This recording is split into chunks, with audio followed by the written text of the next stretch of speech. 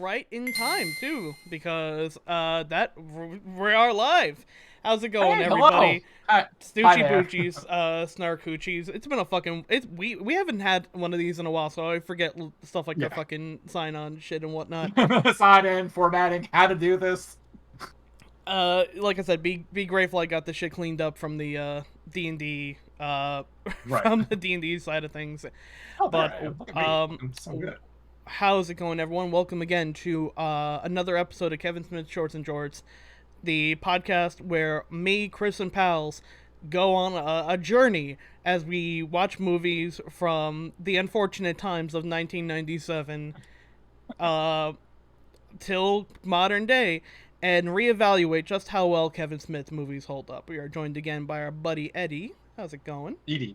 You Edie. had one job, Tom. No, I didn't. I have many jobs, and I fucked Fair, up one of fair. them. I am sorry Yeah. again. Also, Edie, can you hear us? Uh-oh. Uh-oh. Uh-oh. Uh-oh. Uh-oh. Edie, do you hear us? Wave if you hear us. Because we don't... No? Uh-oh. This is fun. We have fun here. Yeah. The joys of a video-based podcast.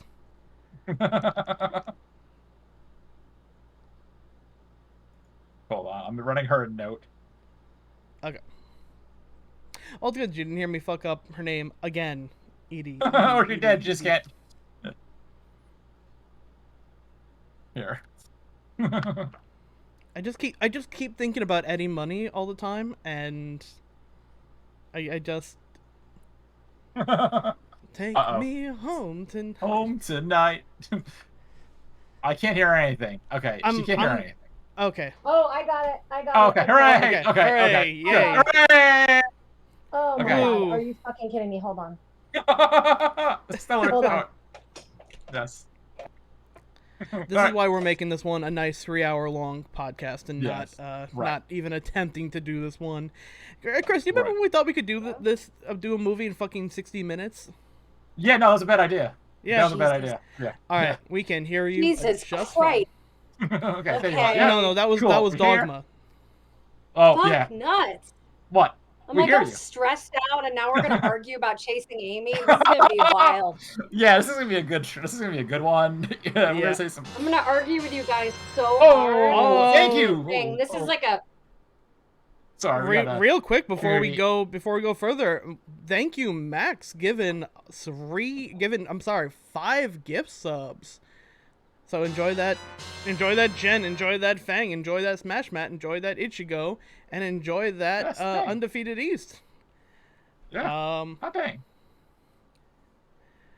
All right. Cool. So Okay.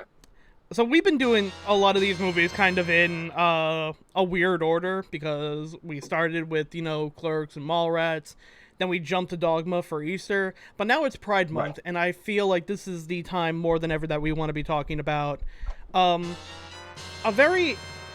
think this has been the most interesting one to go back and take a look at, but the film that really kind of made people realize, oh shit, yeah, Kevin Smith can actually write, direct, and Right. not just make dick jokes, which this still has a lot of dick jokes in it. Oh yeah, no, it kind of Well, it proved that Clerks This is was the a reason he lightning in a has bottle. a career, guys. Oh yeah, Mhm. yeah. Sorry. It's Like, also just before you go into it. Yeah. Oh no, it's wild from a nerd perspective because this is what got me into Kevin Smith because as Comics Chris, I was the dude reading Wizard magazine in 1997, and they were like, "Whoa, check it out, Kevin Smith! He's a big-time Hollywood director. He made a movie about comics, and there's comics in there, but also lesbians. This is the best movie ever. We think so. Also, we're in it. Yeah." So I was like, "Oh, I'm age 17. This sounds pretty good. Lesbians and comic books. That's my bread and butter."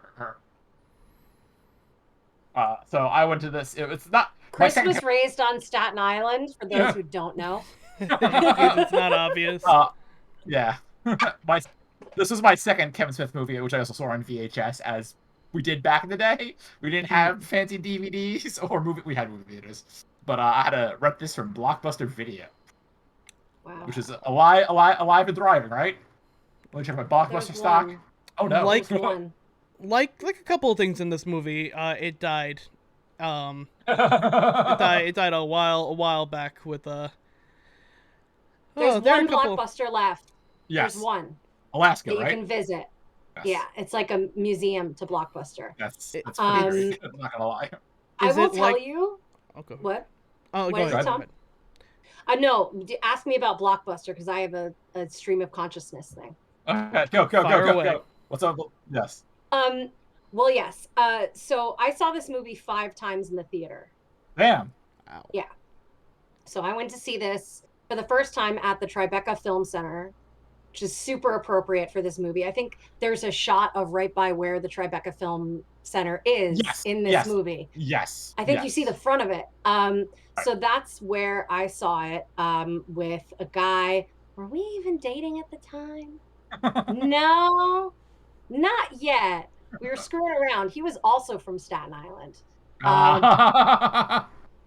Yeah. But to his credit, I saw a lot of good movies with this dude. Right. This is definitely a love language for me. You show me good movies, like, you know, you're in a little bit. So we went to see it, and I was so moved by this because I'd never seen myself on screen. And there I was. Oh, there was a right. chick who knew about comic books, who had to put up with shit from guys who were like mostly entertaining, but also undermine you all the time. And it's annoying, but like they're kind of lovable. So you put up with them anyway, because you talk about nerd stuff. And like, it was like glorious. So very, very sentimental favorite for me.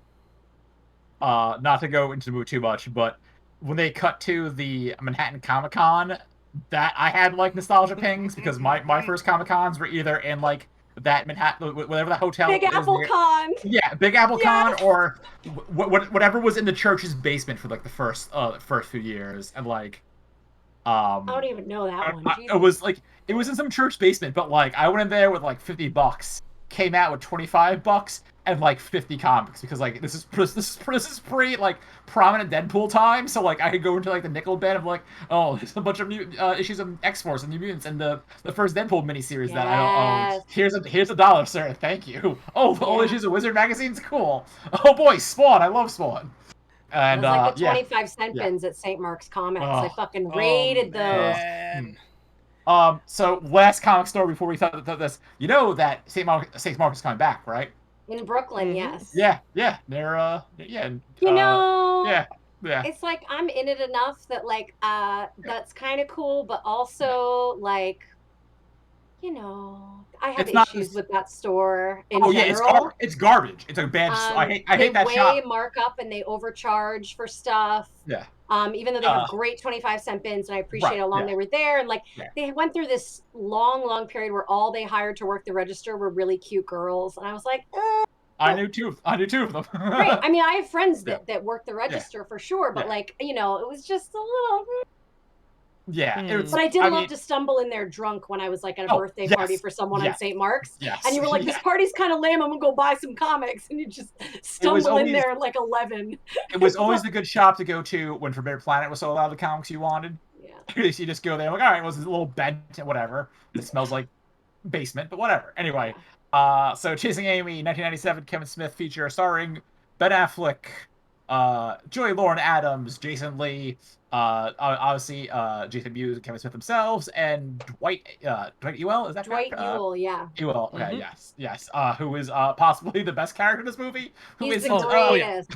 Who isn't Joey Lauren Adams? Who God. Here's my hot take. This is Kevin Smith's Joker. Because she acts her ass off in this movie and really elevates the script that's kind of okay. Yeah. She's incredible. I agree with you. Is. She deserves the world, and after watching like the first hour of that, I was like, man, it sucks that we couldn't swap her out for Linda Fortina and just like have her be the lead in Dogma, because you know Dogma is still my favorite Kevin Smith movie that we watch in a little time. So like if Dogma could be better because reasons, that would have been swell. It would have been swell. Yep. You know, the Joey Lauren Adams inspired this movie to a large degree. Yes. The writing of this movie. And I think it really shows. And I think that's why I think she's just great in general. I've seen her in other things. She's great. But like, this is kind of just magic. And it really gives her so much to work with. So. Right. Yeah, you can feel... you can feel some of her, like, you could, like, I don't think, especially like rewatching it, I have never heard a character like echo that exact sentiment that I felt so rawly and so emotionally. Like, That parking lot scene, which we'll get to later. She's like god busting her damn. voice in that scene. It's that and the final fuck destroyed me. Like, I needed like to pause that and like text some people because like I have Where issues with she this screams movie. and kicks the car. Yeah, Mhm. yeah, Yeah. like I have issues with the movies that fucking scene still hurts. And like I mean that in Kevin Smith's favor, not just like, oh, it's Yeah, so yeah, bad. Yeah. I'm here to praise Silent Bob, not bury him. Mm-hmm.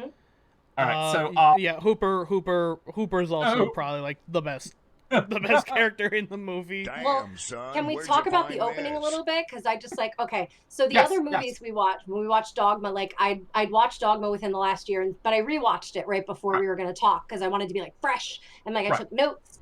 Chasing Amy, I've seen twice in the past year. Once, why did we watch it? I think I just wanted to watch it again or something. I just like got an itch in my pants to watch it.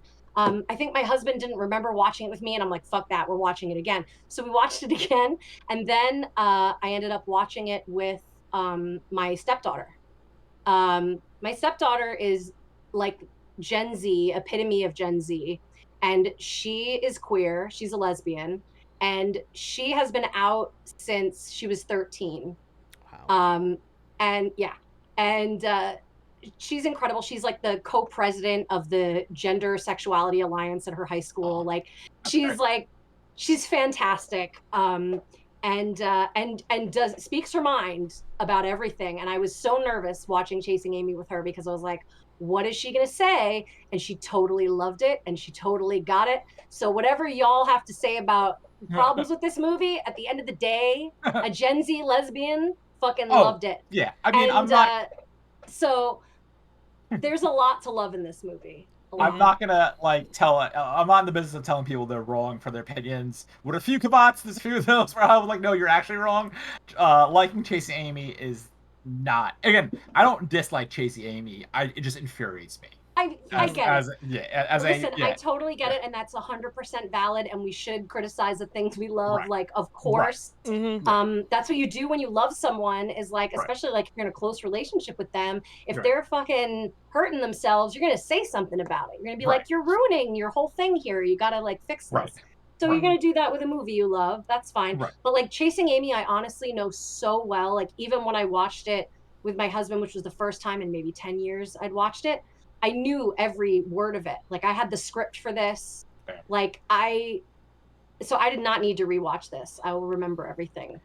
It also warms my heart in like the nicest way to hear stuff like that they could come out at 13 and like spearhead a club on that and really like try and make their entire situation better. That is like, as someone who was basically kind of in the closet on his bisexuality until early 20s, that is so fucking like Right. I know, right?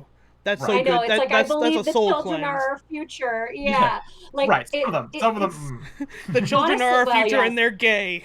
Yeah. But they are, and I'll tell you, like, I mean, the first year that she started in high school, her high school had the first gender neutral bathroom in New York City. Oh, wow. It was the first school to do that. She goes to LaGuardia. So like, of course, the fabulous fame school needs to like lead the way on that. But it's truly just incredible how smart this young generation of baby gays are, and just like how on it they are, how ready they are, like raised in like activism they are, and they're just how accepting of bisexuals and bisexuality and like the diversity of sexuality, like which is at issue in this movie big time. They get it, and it's like they look at you like you're saying water is wet when you're like, oh yeah, I'm bisexual but I'm married to a guy. They're like, why are you telling me that? Like, of course, like, is there an end to that sentence? Whereas most people, you know, that I grew up around, it was like, oh no, you have to like sleep with a certain number of women before you can claim the title bisexual. Like, it isn't just enough to want women, or you have to like have them. Right, and you can lose it, and that's at issue here too. But the thing honestly, to take home any of our LGBTQIA queer folks that are watching us, that watch this, is it's so much better a generation down, and it's incredibly heartening because you think about what we went through and it wasn't that long ago. Yeah. Yeah, I mean, hell, when I was on dating apps a few years ago, I got flack for swiping on girls like, "Oh, you're a bisexual guy. I'm not into that." I was like, I mean, I'm paraphrasing because it was a lot. It wasn't as nice. Boo! Yeah, Boo yeah. to them. Which Yep. here we go. Here we go. I pride. Chris is Anyway, great to date. I can vouch for that.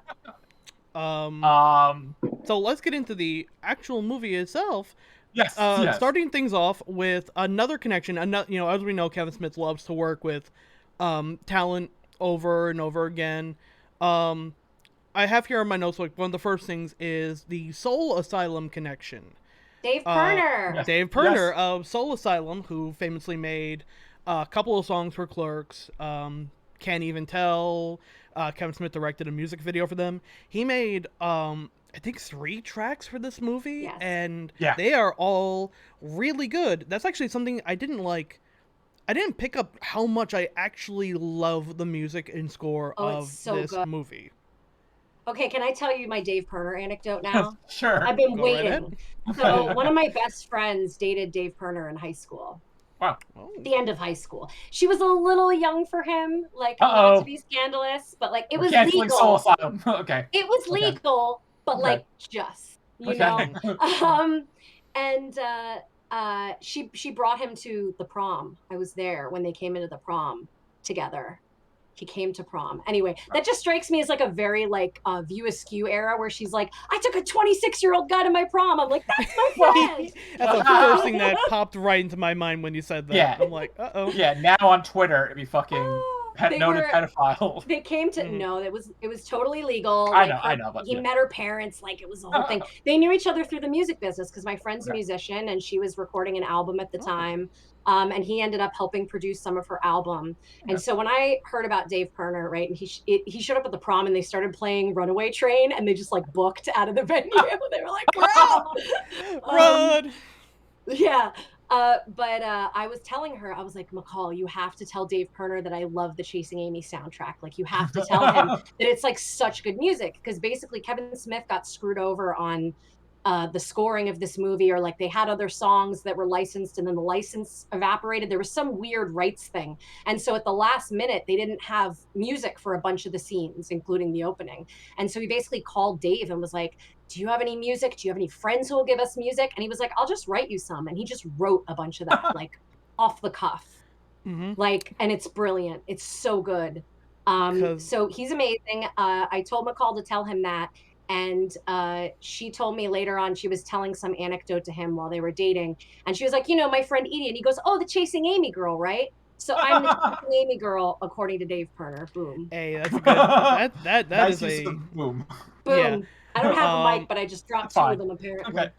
So I guess a little like a preamble to the movie, because apparently a lot of this was inspired by Scott Mosier, Smith's longtime partner. And Gwen Turney. Gwen Turner? He was into Gwen Turner, yeah. He was very into Gwen Turner. I mean, look at her. Come on. I cannot blame. I cannot blame him.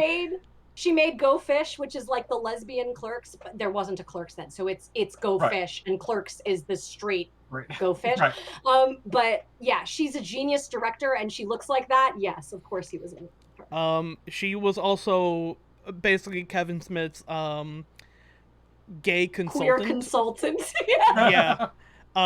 Because let's take almost every single line where a character is like confused about what lesbian sex actually entails.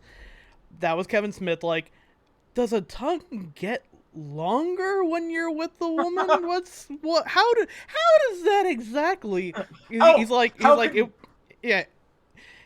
was like, this is before the age of internet porn, so I couldn't even go online and check that. Consultants are very good. It's funny. I was watching Bound last night, like for the first time.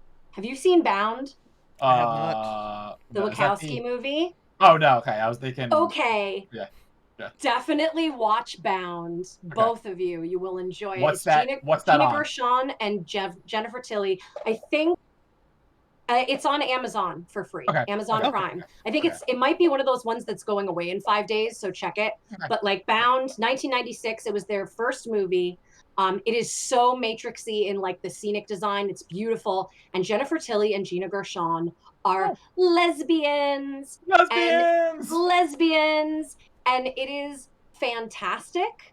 And they also had a gay consultant on that movie. The Wachowskis like called up this woman who was like this feminist queer writer, and they were like, "Hey, so can you be like our queer lady consultant?" And she was like, "Sure." And she brought all of her lesbian friends down to be extras in like a bar scene. It's like real dykes everywhere. Like, so I love that really awesome directors of this period like knew about sensitivity Yeah. stuff that's like a new idea now for the movies, but like Kevin Smith had it, the Wachowskis had it. So Going back Yeah. to Kevin Smith collabs, put on the comic Chris hat for a minute. Boop. Mike Howard shows up again. Mike Howard, as we remember from the Mallrats intro with a few of the variant covers, and then later on, Madman would show up in Dogma. He does any of the line art or covers drawn by Holden are all Mike Howard pages, which unlike the fictional creators, Howard draws and inks everything by himself. I believe his wife does his colors though. And those pages you can see at Jane and Silent Bob's Secret Stash. Ooh. I was wondering who did the actual Chasing Amy art for the Chasing Amy comic that shows up at the end. Also And Howard. is it Allred? Because Yeah. I thought it was, is it Allred or Allard? It's either or. I'm not Okay. argue that. Yeah. I was wondering now if I was wrong. I don't want this to be like when I mispronounced Migo in a comic store and a guy treated me like shit, because that sucked. He's like, it's Migo, not Mego. I was like, oh, you're awful. All right, me You're a go horrible away person. from you. Yeah, let me. Why were you not with me, Tom? That's so good. Me But, go out the um, fucking door. It's me go and not buy anything in your store. No, because the art on idiosyncratic routine, I feel like is someone else. Oh no. Anything that Holden drew. Wait, is it? Right. Yeah. Oh, I no, see. Holden. Yeah. Holden stuff is all. Who did idiosyncratic routine? Was it I have Jim no Mahfood? idea. I have no idea. I think no, it might have been Jim Mahfood. Was it? I think it might have been. Yeah, Howard has this very like pop culture, pop meets Jack Kirby style, which I can put it everywhere. I met him once, super nice dude. I can't afford any of his stuff. Any of his originals rather. So I wanted some of that. He did a run of Fantasy Four comics with my dude Matt Fraction. I could not afford those pages anytime soon. Anyway, so that shows up. And the movie starts off. Warmer. No idea who that is. Yeah, I don't know either, but it's good art. Anyway, just credit the artist there. The movie starts off highlighting our two leads, played by Jason Lee and Ben Affleck, how they're two Wonderkin comic book boys from New Jersey, intersplicing New Jersey newspapers with actual comics publications such as CSN, which is still running up running today, the Comics Journal, which I think is still running, and Wizard Magazine, which is no longer existing. It's just now a bunch of shitty cons that no one goes to.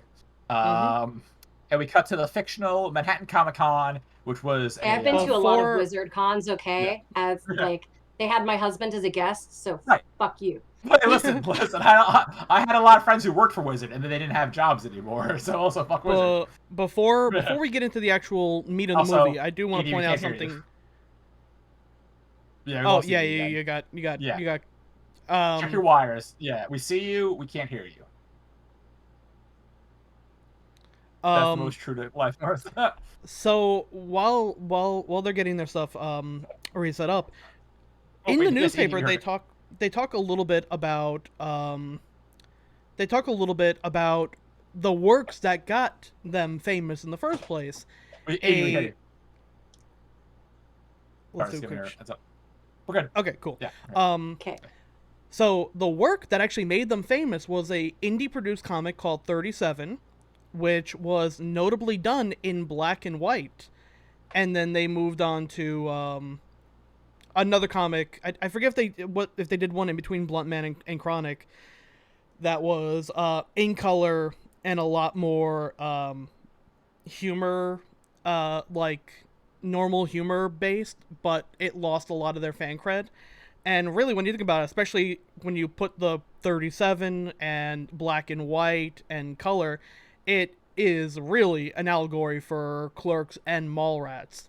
So Bluntman and Chronic is really Mallrats, and 37, their first comic, which actually, if you look at it in the introduction, they even have a scene of the same guidance counselor looking for the perfect dozen.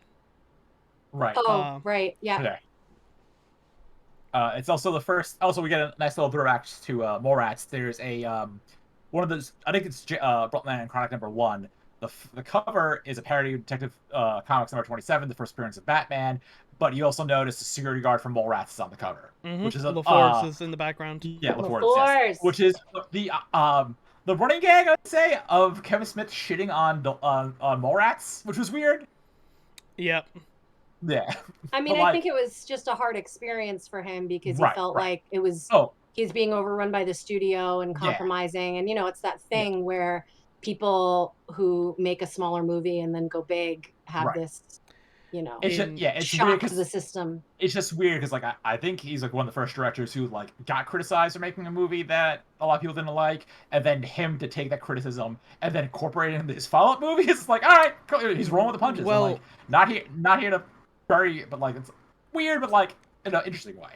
So we actually talked at the end of Mallrats. It ends with in the James Bond style, end of credit stinger. Jay and Silent Bob will be back in Chasing Amy. Evidently, that original idea for Chasing Amy was gonna be a completely different movie. It was gonna the only thing I could really find on it was that it was supposed to be a movie more akin to like Clueless, like an actual just like teen comedy, and pretty much the fallout from Mallrats and his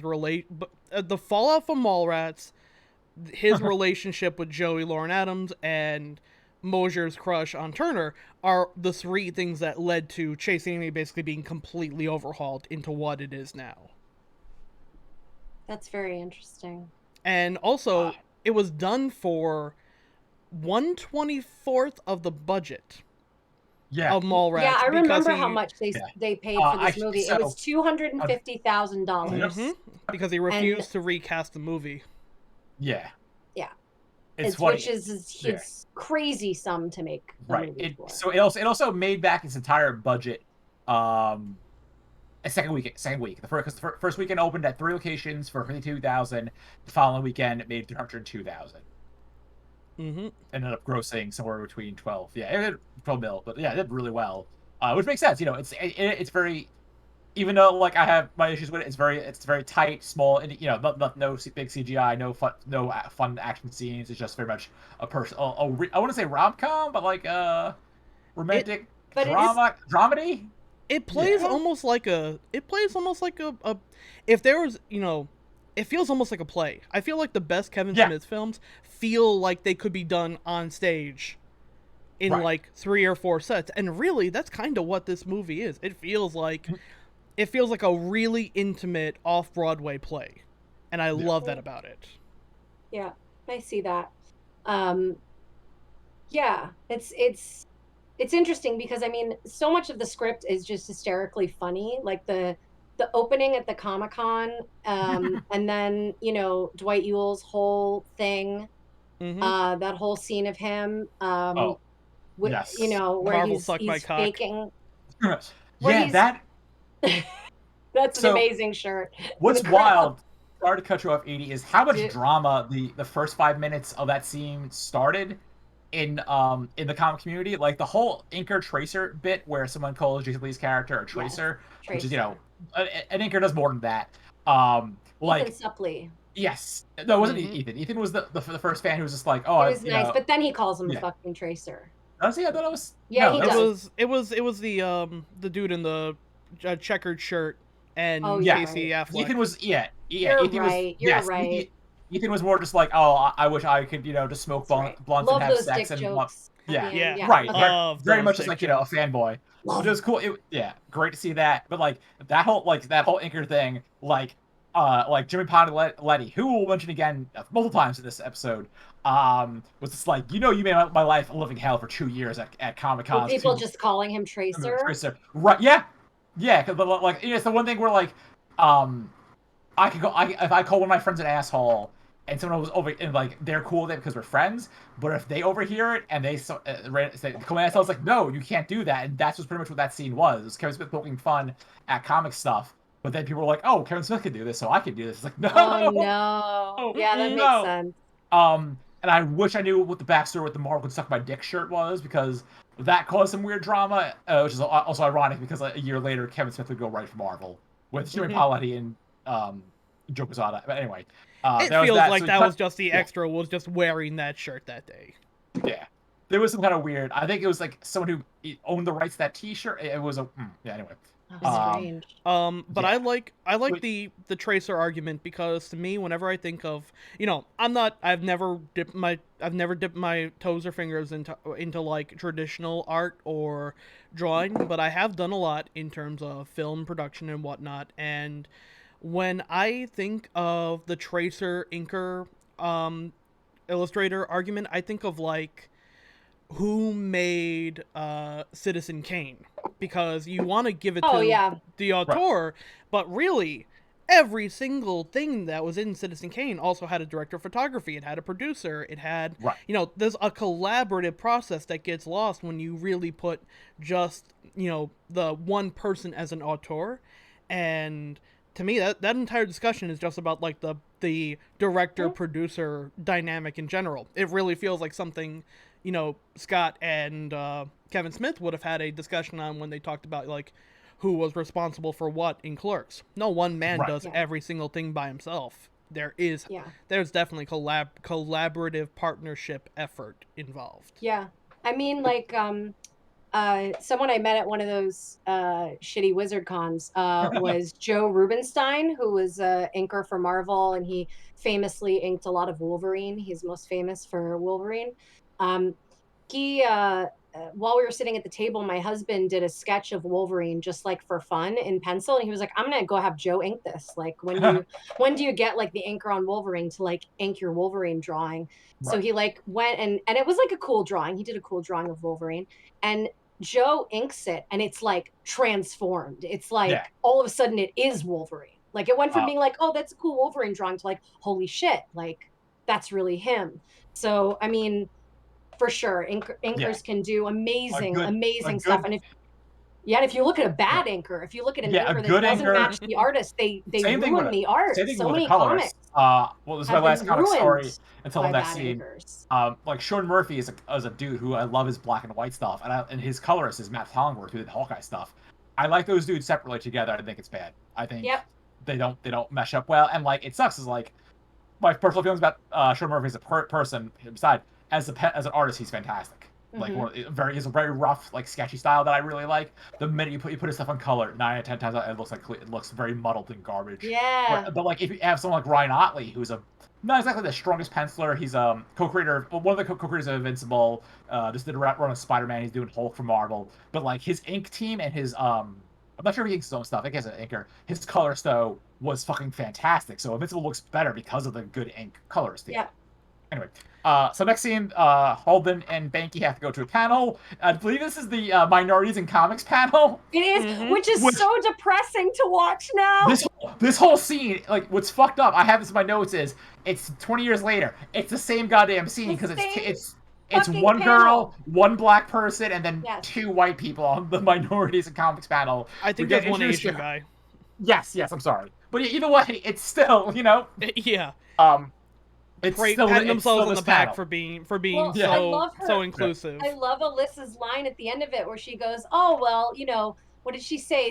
Change your skin color or lose the dick, and we can meet each other on panel after panel." Yeah, and it's like, it was so cringy because 5-6 years ago, we had people going, God, another fucking minority panel, another fucking Asian comics panel, and that was like 2015, and this is 1997. The diversity lounge in PAX East. The diversity that top to mind. Yo, it's what's sad is at least like the Penny Arcade diversity lounge actually has more than one black person in it. Yeah, but also a lot of the patting themselves on the back, like. Also, to be fair. Yeah. I both hate the line, but also Jason Lee's delivery of "What's a Nubian" fucking kills me every time. Yeah, It's so good. Yeah, Hooper X and his comic White Hayden word I'm not gonna say because I'm white. Trevor, if you want to come here and say it, you can. I'm not. The whole fucking the whole Star Wars thing about how about how They're trying Vader. to tell us that Yeah, deep inside we want to be white. yeah, that was it's one of those things that like again having a like it's again it reads as super offensive, but it's so like tongue in cheek and so obviously like it's the opposite of Dogma and the Gangsters. This is no. This is Yes. actually this is it's offensive but smart, so it works. You know, it's like intentionally. Also, the fucking West Coast fucking joke was really like a little dig was very good. Yeah. It also called out the kind of, while not outright racism in Star Wars, the entire like, hey, let's remove fucking Finn from everything in posters in China. They called that shit pretty fucking early. Yeah. I mean, not to mention that so much of Star Wars aesthetic that made it what it is taken from, Japanese films and traditions and storytelling and, so it's like, of course you take the voice of an incredible black actor and then, have a white actor inside. Like, I mean, it just. But no, that being said, there's no way George Lucas could be racist. Look at Jar Jar Binks and tell me that George Lucas is racist. And look then at those Asian guys in the beginning of Phantom look Menace. Look at the prequels and tell me that George Lucas is racist. Also, I'm blind and deaf. What's going on? Anyway, so yeah, that. So I have here. I have here after that. What kind of romantic comedy could this potentially be without a smash cut to the mighty, mighty fucking Boston? I'm glad we both have Scott in our notes. I just have Alicia Jones. She's Indian good, actually. And then the word Scott in all caps on exclamation point. Because this was a typo that I chose to keep in. I said, of course, Cashing Amy would get there. Cashing Amy is Kevin Smith's career post Jason Bob Strike Back. Anyway, I like that they called Riverdale years before Riverdale came out. Oh my god, that was amazing to watch this time. You're like, oh shit. Yeah. I also want to know where they went in 1997 New York that had Archie Comics bagged and board. At midnight? Yeah. At midnight. I mean, they could potentially. Okay, let's see. I don't know what bar they were meant to be at there, but potentially they could have gone into St. Mark's Comics at night. It's definitely not St. Mark's because nothing in there was boarded bagged. Yeah. Well, I mean, that part is weird. Right. Anyway, maybe they bought a board and bag for it while they were there. So, on top, actually talk about the plot. After the shooting at the Minorities Comics panel, our leads meet indie darling Alyssa Jones, a queer comic artist writer. Spoilers, they don't know she's queer yet, so woo. And Holden and her hit it off quite well, talking about growing up in suburban Jersey. Holden is obviously super in love with this girl from the get-go because manic pixie girl. Meanwhile, Banky and Hooper X are arguing about Archie and Jughead fucking. I believe the word Urkel is used in a derogatory manner, which fucking I told you to put it with that Urkel shit. I know I have it written down wrong, but I had to write the line, I'm gonna prove that Mr. Weatherby is all about the pussy. All about the pussy. Oh yeah, because Archie is not fucking Mr. He's not fucking Mr. Weatherby. While half the lines he delivers are oof, every line that comes out of Banky's mouth, like Jason Lee just has this determination. Like it feels like every line that he delivers is like there is no ramp up. It is a fucking Fast and the Furious movie, and you either are not moving or you're going 500 miles an hour. My stepdaughter said about Banky, she was like, God, I hate him, but he's so funny. And I was like, yeah. You get it. It's weird.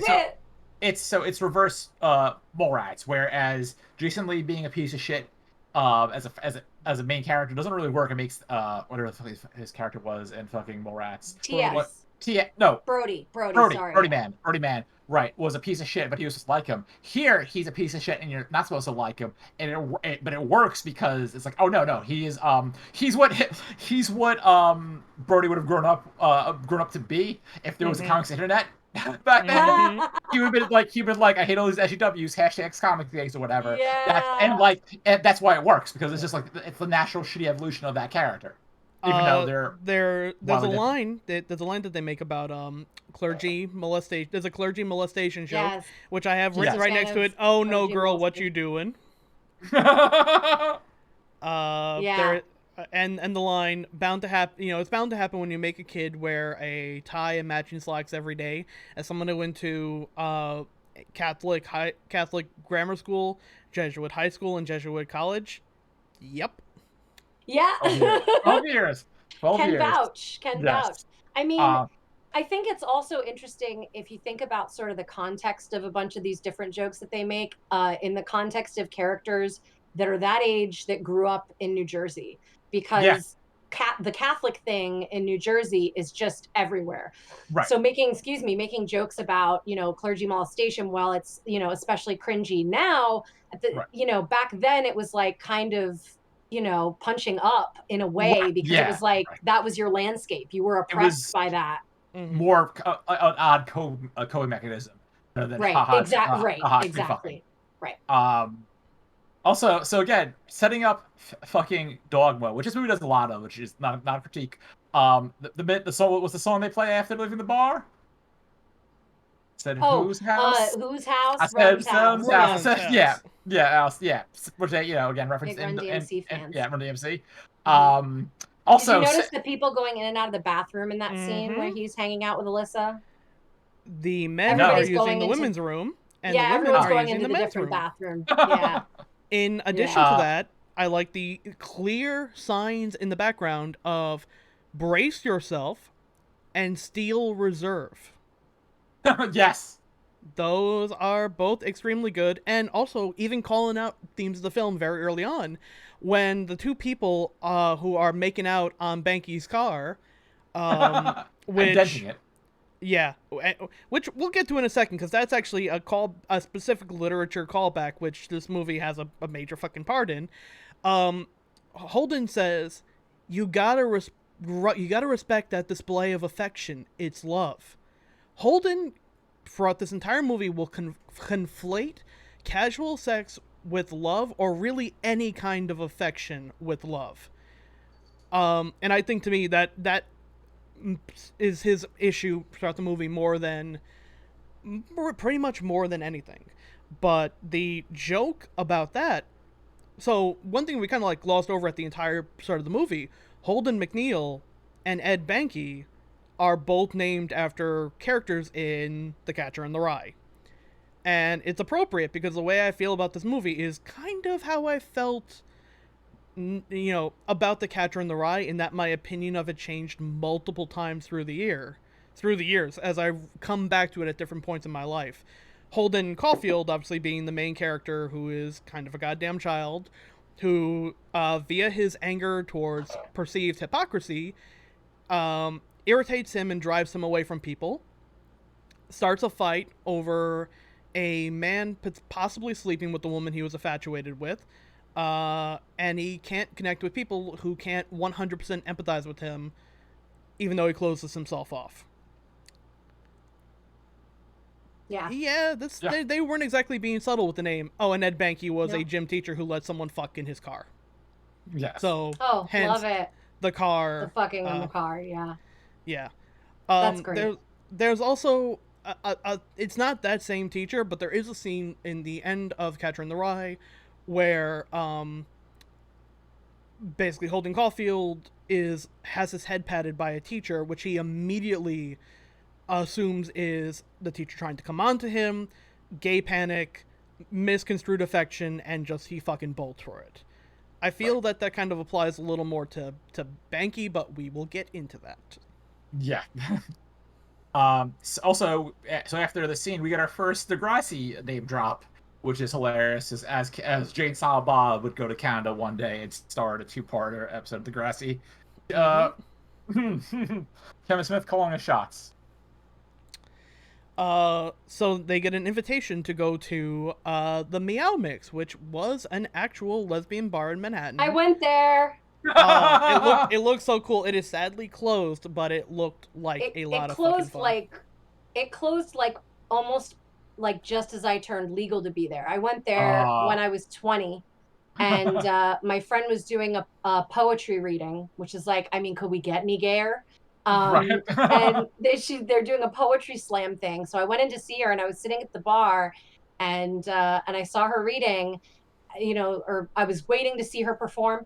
It started, and then one of the bartenders was like, "Oh, she doesn't have ID," because my friend like knew this. She could be in there because she was a performer. So I guess I should have just got up and like busted some fucking poetry or something. Now that I think about it, but Yep. you know, so she was like, "Listen, we really feel bad about this, but we can't let you stay in this bar."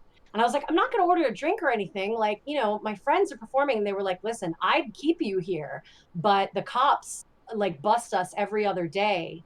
They come in here and they take your ID and see that you don't have, legal ID. Like, they could shut us down again. We've already been shut down 3 times. And like the next time, I don't know if we're coming back." And they were closed like within a couple of years of that.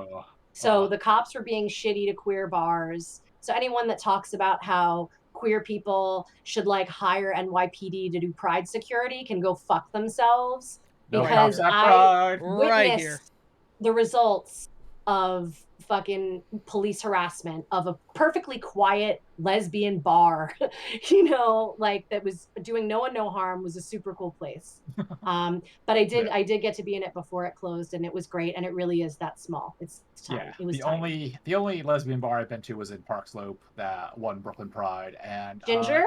Yeah. Yeah. Yes, we have. Yes, you told me many stories about. Yeah, that's my famous story that like has a statute of limitations on it. Yeah, we're not that gonna I will not tell on public. No. I'll tell you sometime, Tom. It's very good. It's very good. I will take you up on that offer someday.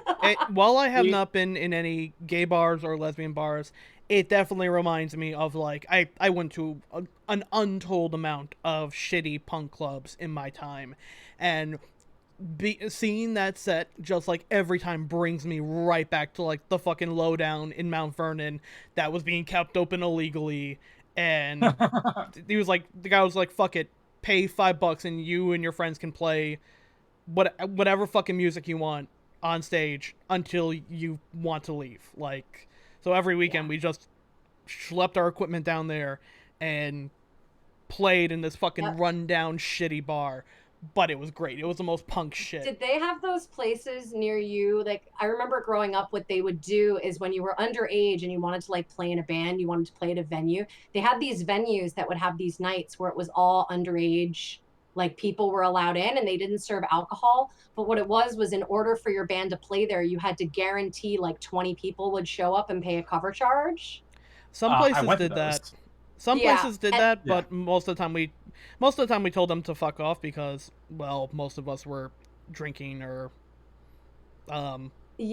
smoking up. I just remember going to a bunch of these places in New York when they'd have these nights. It was usually like a weeknight, and they'd be like a real bar on the weekends, and we'd all go on a weeknight. CB's used to do that during the week. You could go into CB's during the week, and you could bring enough people, and they would let you play CB's. Yeah. My friends actually used to play. Oh, sorry, Chris, go ahead. I was saying there's a place in Staten Island that once a month they would have like a teen night and bands would play, and then that's where I get to go in there. And it's like, oh, Saturday night bar thing. Got my knee busted in the shitty Staten Island mosh pit twice. All right. Well, you earned your stripes. My friends used to play at places like the fucking Continental. The Continental in St. Mark's back when it was still open, which is like the fucking divest of dive bars. We'll give you a pitcher of beer and 3 shots for $10. Yep, we would just fucking go there and just whoever the fuck was in there, we would beat skinheads up in the pit. That's what I was doing at fucking 12 and 13. The good old days. I fucking loved it. Okay, so I think that before we move on, I just want to say that one of my favorite things about this movie is that this movie brings back 90s New York City for me so hard. Like, it just, the feeling of it, like the random shots of the city where you see all of the like sneakers hung up over the light pole, and like these little clubs, and it just like it's the feeling of like that New York of like, you know, 90s, like early 2000s, you know, being Pre downtown and trying to do shit. pre Like, 9/11 New York. yeah. Yeah, yeah, Or even just after, like, it, you know, because I know you guys are a little bit younger than me. Chris, yeah. not so much. I don't know about Yeah. you, Tom. I'm about 33.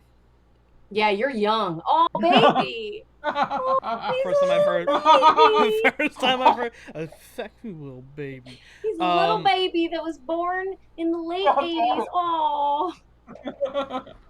I heard that, Tom, by the way. I know you did. I'm sorry. Did I go too far? Oh no, No. there's I used a running gag from a running gag from a different stream. Yeah, one of the Among Us they're nights. fine. Sexy little watch out. baby. Watch out for Trevor. Yeah, last time Tom mentioned he was a sexy little baby, he got murdered. As rightfully is... so. I did actually note in my notes here that as Alyssa and Holden become closer, New York City as itself becomes less and less of a character as Alyssa pretty much stops basically doing stuff in New York and spends most of her time in the burbs. And that's a really good note. Yeah, I also really wonder feel if that was like a budget thing. It might have been, but it feels distinctive. It feels like a conscious choice. Right. The isolation, because they do mention it when she sees all of her gay friends later on. They're like, you know, we never see you anymore. You know, well, they're definitely somewhat aware of it. I also want to mention this. So when Hooper invites Holden out, one, Banky's not invited, and two, it's the first time Banky drops an F slur, which is not the first or last time you'll hear that slur in this movie or said by him particularly, which is ironic. So, and yeah, Holden's just like, no, you can't tag along. I'm definitely gonna hook up with Alyssa, who's gonna drive you home. Blah blah blah blah blah blah. Yeah. Also, they all meet up. Shout out to Middleton, New Jersey. I have family out there. Appreciate that. And then we get a whole bunch of Clerk references to show that Holden and Alyssa are from the same area. The Quickstop gets name dropped. Julia Dwyer gets name dropped. The funeral gets name dropped. The YMCA death gets name dropped. Just tying together. Eden Praline gets name dropped, which is weird because it's not a mall in New Jersey. It's a mall in Minnesota. Yes. Yeah. And it's where they filmed Mallrats, what do you call it? Yeah. Mallrats, yeah. But and Heather Jones gets mentioned too. Yes. And then who was in Clerks. Yes, yeah. It's and just like that still whole... in an asylum, I believe, of the soul variety. Is she really? Oh, in the movie. Yeah, I think she was still in some kind of care from the whole. Yeah. Oh no, Caitlin Bree, you mean? Yeah. I was talking about Heather Jones. She's the one that ends up going off with Rick Darris after he buys the milk. The third of the sisters. Yeah. Yes. Then we mentioned. Oh, sorry. This will be a quick one. I have written down here that every single time Holden dances, I want him to die, and every single time I look at that goatee, I want to rip the goatee off Ben Affleck's face and fucking like smash it. I want to turn it tangible. I hate it. I hate it so fucking much. I have it written down like I have the phrase Ben Affleck's yee ass facial hair written down at least 5 times in my notes, and every time I see him just like doing the fucking stupid I'm totally gonna get laid dance, I'm like, I want to fucking deck this guy. Like, yeah. I love but you're like Banky, you're supposed to hate him, right? And like the dance he does when Alyssa is singing is hysterical. Oh, it is for sure. So for funny. Sure. Speaking about things that fucking things that what that looks like, I can't tell if he looks like either a emancipated fucking Travis Willingham or my friend Carl. Either way, those are not positive comparisons. So He yeah. also looks a lot like a lot of guys around that time. Like, yeah. I swear to God, my boyfriend had the same shirt in one scene that he's wearing. Like, it was kind of like the clueless dude who like didn't make that big an effort and was like intellectual, you know. Right. The It's bare perfect. minimum. I read Infinite Jest. Yeah, exactly. My goatee's a thoughtful goatee, I'll have you know. And why Uh, is the spine condition? I also have written down here notes wise. I love Benki's line. What am I doing here? Because Yes. yeah, Yeah. kind of appropriate. And Right. you're a dangerous person to know. Yeah, but I know tap. That's a good line. That's a Buffalo two-step. The entire singing, I have just written down my notes here. I'm like, the stage part feels so Twin Peaks. Mm-hmm. Yes. It feels like particularly Twin Peaks, and Right. that is in a good way. That Yeah. Yes. Yeah. And that is a song she wrote. Yeah. Oh, really? That's I a didn't know song that. that Joey Lauren Adams wrote. Okay, that's why. Because like I have Debbie Gibson ? And I couldn't find it. So that makes sense. Yeah. Also, what's wild is I have my notes. Smoking in a bar. What a concept. No. I was talking about this yesterday. When I was in my early 20s, there was still smoking in bars. And yeah, same here, but like I've not yeah, seen that in like a decade. I know, but it feels like a million years ago. Like I remember being in a bar. I was at La Bar Bat, which was this crazy bar off of like 59th Street, and it was cavernous. It was just like there was an upper floor and a lower floor, and it was crazy. It was just like, you know, the way that only like, you know, pre 9/11 New York could be on space. And I remember smoking in there the last weekend smoking was allowed in New York, and I think I was 23 or 24, so that was 2003 or 2004. But it feels like 50 years ago. Yeah. It's right. crazy. Yeah, I can't recall unless I was in a bar that had like inside smoking, which probably like a decade plus. At least. The only time I've ever been able to smoke indoors in any capacity was when I went to Vegas for 14 Fan Fest. And I'm like, as soon as I saw that, I'm like, I apologized to my friend with asthma, and I'm like, I do not smoke all that much anymore. I am going to go through like 2 packs in this weekend. Yeah. Because I need That's to why see you what go this, to Vegas. I need to experience what this is like. Yeah. So yeah, Alyssa gets on stage and then makes out with a girl in the audience that she knows. She's gay. Banky It's Jason claps. Lee's wife. Is it really? Yeah, Yep. it's Carmen Lee. She wasn't Carmen Lee then. They weren't married yet, but they were dating.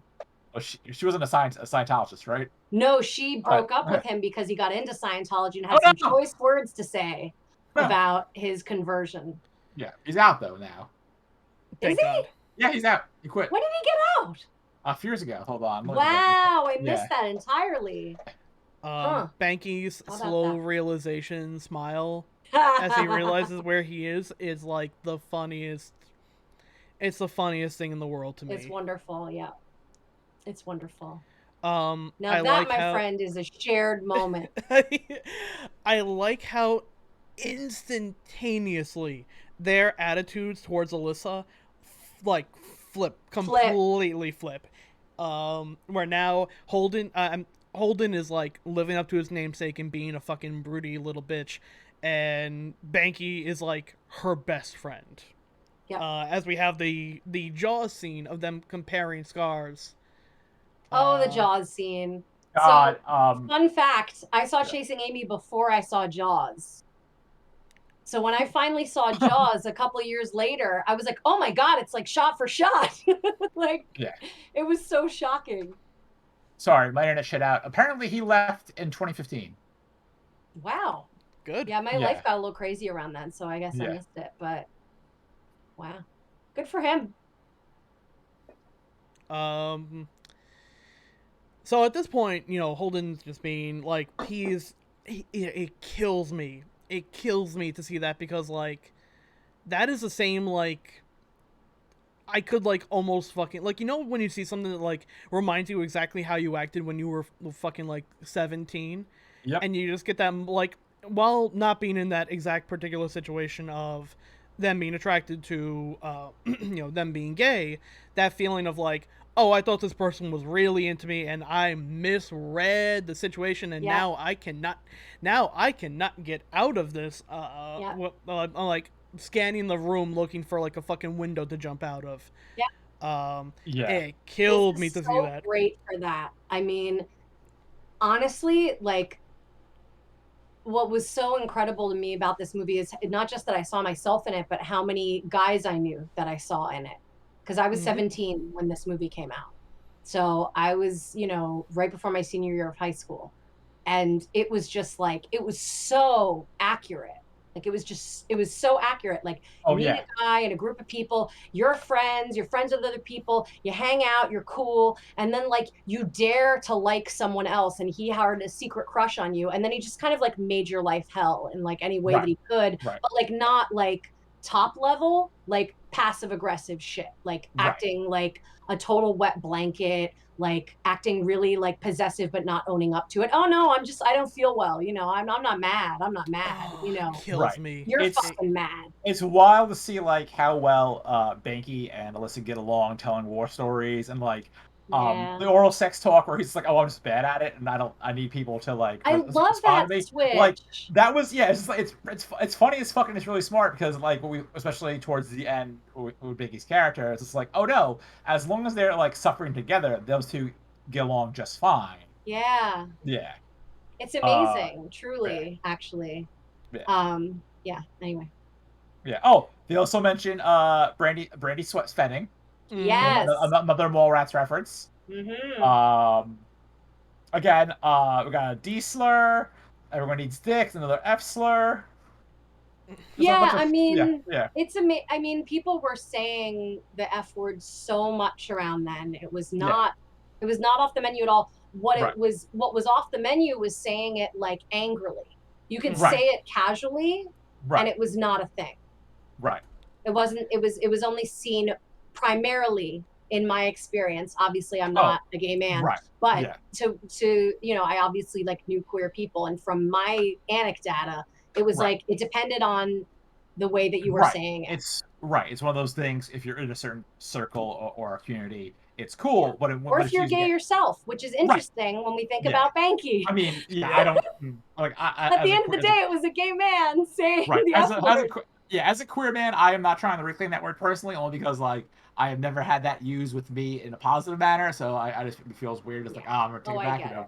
I'm much cooler with like terms of queer. I think that's fine. But I Hmm. know even that has some Queer's issues. such a good word. Yeah, I I know. hate Actually, people who are old school and are like, it used oh, to it's be not even. bad. It's not It's even. mostly straight Yeah. people that say that. Oh, there's a lot of the younger generation too who's also Oh, super. really? That are on it? Yeah, Yeah, that it's makes yeah, sense. yeah. Like not all the kids from Tumblr turned out okay. A lot of them are future Well, cops. I mean, I think it's also just different lenses of experience, because I remember Right. there was a scuttlebutt where some of the younger gabies were coming for Rocky Horror. They were Yeah. watching Rocky Horror, and they were like, "Oh Yeah. my gosh!"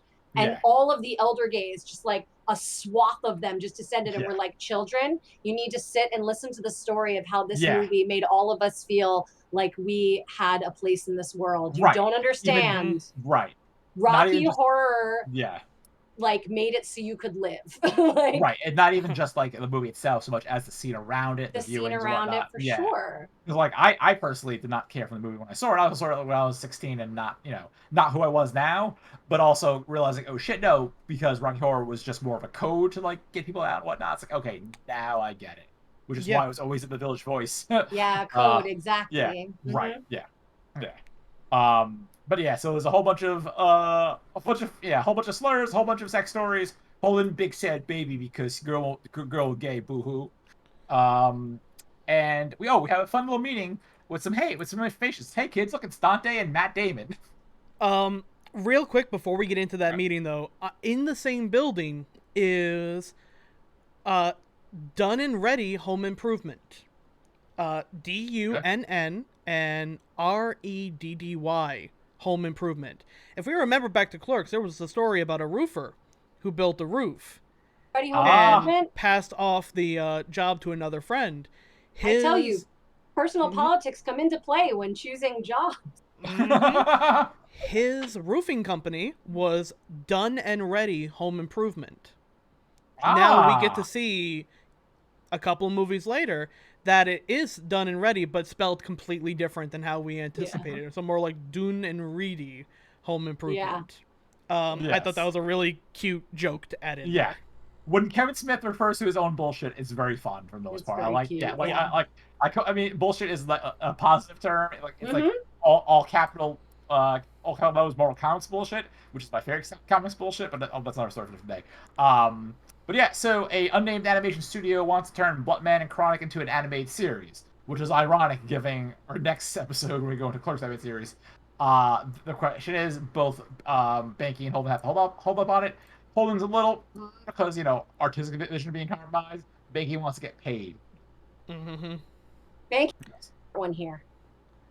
What's up? And Banky is the smart one in Yeah, this. yeah, right. It's Get also, paid, dude. You yeah. work in comics. When else are you gonna get right. paid? Yeah, What's wrong yeah. with you? That's why It's not like Bluntman and Chronic is high art. It's not like Yeah. it's some artsy comic and they want to Right. make it weird. It's Bluntman and Chronic. Look at your Right. title. Right. What's wrong Yeah. with you? Yeah. I even think like kind of peering with our telescope towards the end of the film, where the biggest fan of Bluntman and Chronic is talking about how it would have been so cool if that actually came out. Yeah. So, it's okay. It's okay. Bluntman and Chronic will be seen again. So it's like that feeling of like, just let them have it. If it flops, it's not like it undoes your original comic. Right. And you can Holden's an idiot. Yeah, right, yeah. The movie's telling you at every turn Holden is an idiot. Right. You're not going to turn Bluntman and Chronic into Citizen Kane. You might be able to. You might be able to do something after it that brings back that Alan Moore filmmaker... and Dave Gibbons Bluntman and Chronic. Oh God. J.J. Abrams Bluntman and Chronic. That's the most realistic scenario here. So I love every vicious takedown of Holden so much, and yes. Alyssa does like 20 of them in the movie. Alyssa calls him out and just immediately tears him a new hole for being a big, sexy baby. It's so when she shows fucking up at the studio. good. Yes, yes. It's so fucking good. She basically shows up and is like, "Hi, I hear they made comics here, and someone, comics made by a guy who..." Can I pitch a story to you? Yes. It's about a guy who meets a girl and hightails it out of here. When he finds out, get this girl's gay. Yeah, God. Okay. Also, Joy. Yeah, just being the best. She's amazing. Just being the best. Yeah, she's amazing. And you're in love with her. I mean, you're in love with her. Yeah. Like as you watch it, so it's like it's great. Yeah. I kind of felt like Holden and Banky are kind of like opposite sides of Smith's brain. Like, the Mallrats side and the Clerk side of Smith's filmmaking of like, can I kind of sell out and make make another movie that'll probably make more money but not be critically acclaimed, or do I want to try and make the higher art that I see myself being able to make? And it's like at the end of the day, you really have to go with the compromise of both and be true to yourself. Which also is said in Jane Silent Bob Strikes Back. You gotta do your artsy flick, and then you gotta do the big budget flick, and then you gotta do the movie because you owe somebody a favor. Again, I think that's ultimately my problem with Holden as a character. Affleck's at his best when it comes to Kevin Smith when he's dialoguing and being an asshole. And case in point, Mallrats, Dogma, that's the peak to Ben Affleck in his movies because he's allowed to be the piece of shit that he could portray. Whereas Holden is supposed to be likable and also garbage, which doesn't work for me. Yeah, I have here, her saying, "I like you, Holden." Why? I would say we've seen a couple of conversations with the two of them where they're really vibing. Right. There have been several, and they basically have like screwball comedy energy. It's banter, banter, banter. Right. And I think they have banter, banter, banter, and they have chemistry, physical and mental chemistry. And it just, speaking as someone who has dated some people where I look back and I'm just like, why? Why did I do that? Like, this was no. And I think about it. And when I think really hard, it's like, this is someone that I stayed up all night and had really good conversations with. It's somebody that was really, really engaged when they were talking to me. And Holden is those things for Alyssa, you know, like Right. he's super engaged, he's super keeps her on her toes, and you know, and he concedes after she comes and busts him on like just running out on her. He's like, all right, I'm gonna try and be your friend. And you know, it's interesting. I mean, I think he's likable enough, but he's a douchebag. But I don't know. He really strikes me as the kind of guy I'd end up dating and go, "Why did I do that?" A few years later. Right. So that's I think real to me. the problem is just Alyssa Jones is so good and just so, and then Affleck's is like, it's like, no, you don't You deserve mean her. his performance? You mean Yes. Affleck's Yeah. performance? Oh yeah. I mean, I'm sure Yeah. Affleck's a person is fine. I have no beef with the Ben. No, I'm saying in terms of Yeah. like Holden the character and Yeah. Ben Affleck's performance as Holden. Yeah. Oh no. Yeah. Oh, No. I Yeah, like yeah, yeah, I like yeah, I like yeah, I like yeah. Affleck's Oh no. performance in this movie. Yeah. big Affleck time. plays when the you role when you well. feel It's like just you don't like when you feel like angry at a character, that's yes, which good I was acting. repeatedly at this movie. Oh yeah. And I do feel their connection later, like literally from that moment on, I started feeling it. But up to that point, I'm just kind of like, I was a little like, maybe it's just because Holden is like 100% not my type, like the probably the furthest thing from my type. Right. And I mean, the little bias on that part. I mean, I think honestly, I'm probably biased in the other direction because I was definitely like someone who wanted to like go around and have wild adventures and one night stands and like weird experiences, but then also would like get like kind of pulled down and sucked in by these boys that would really get super, super into me. And there was something really seductive, like maybe some of it is like internalized patriarchy. I don't know. But like there is something about these kind of like nerdy, thoughtful dudes who would get really super into you and you'd have great conversations with.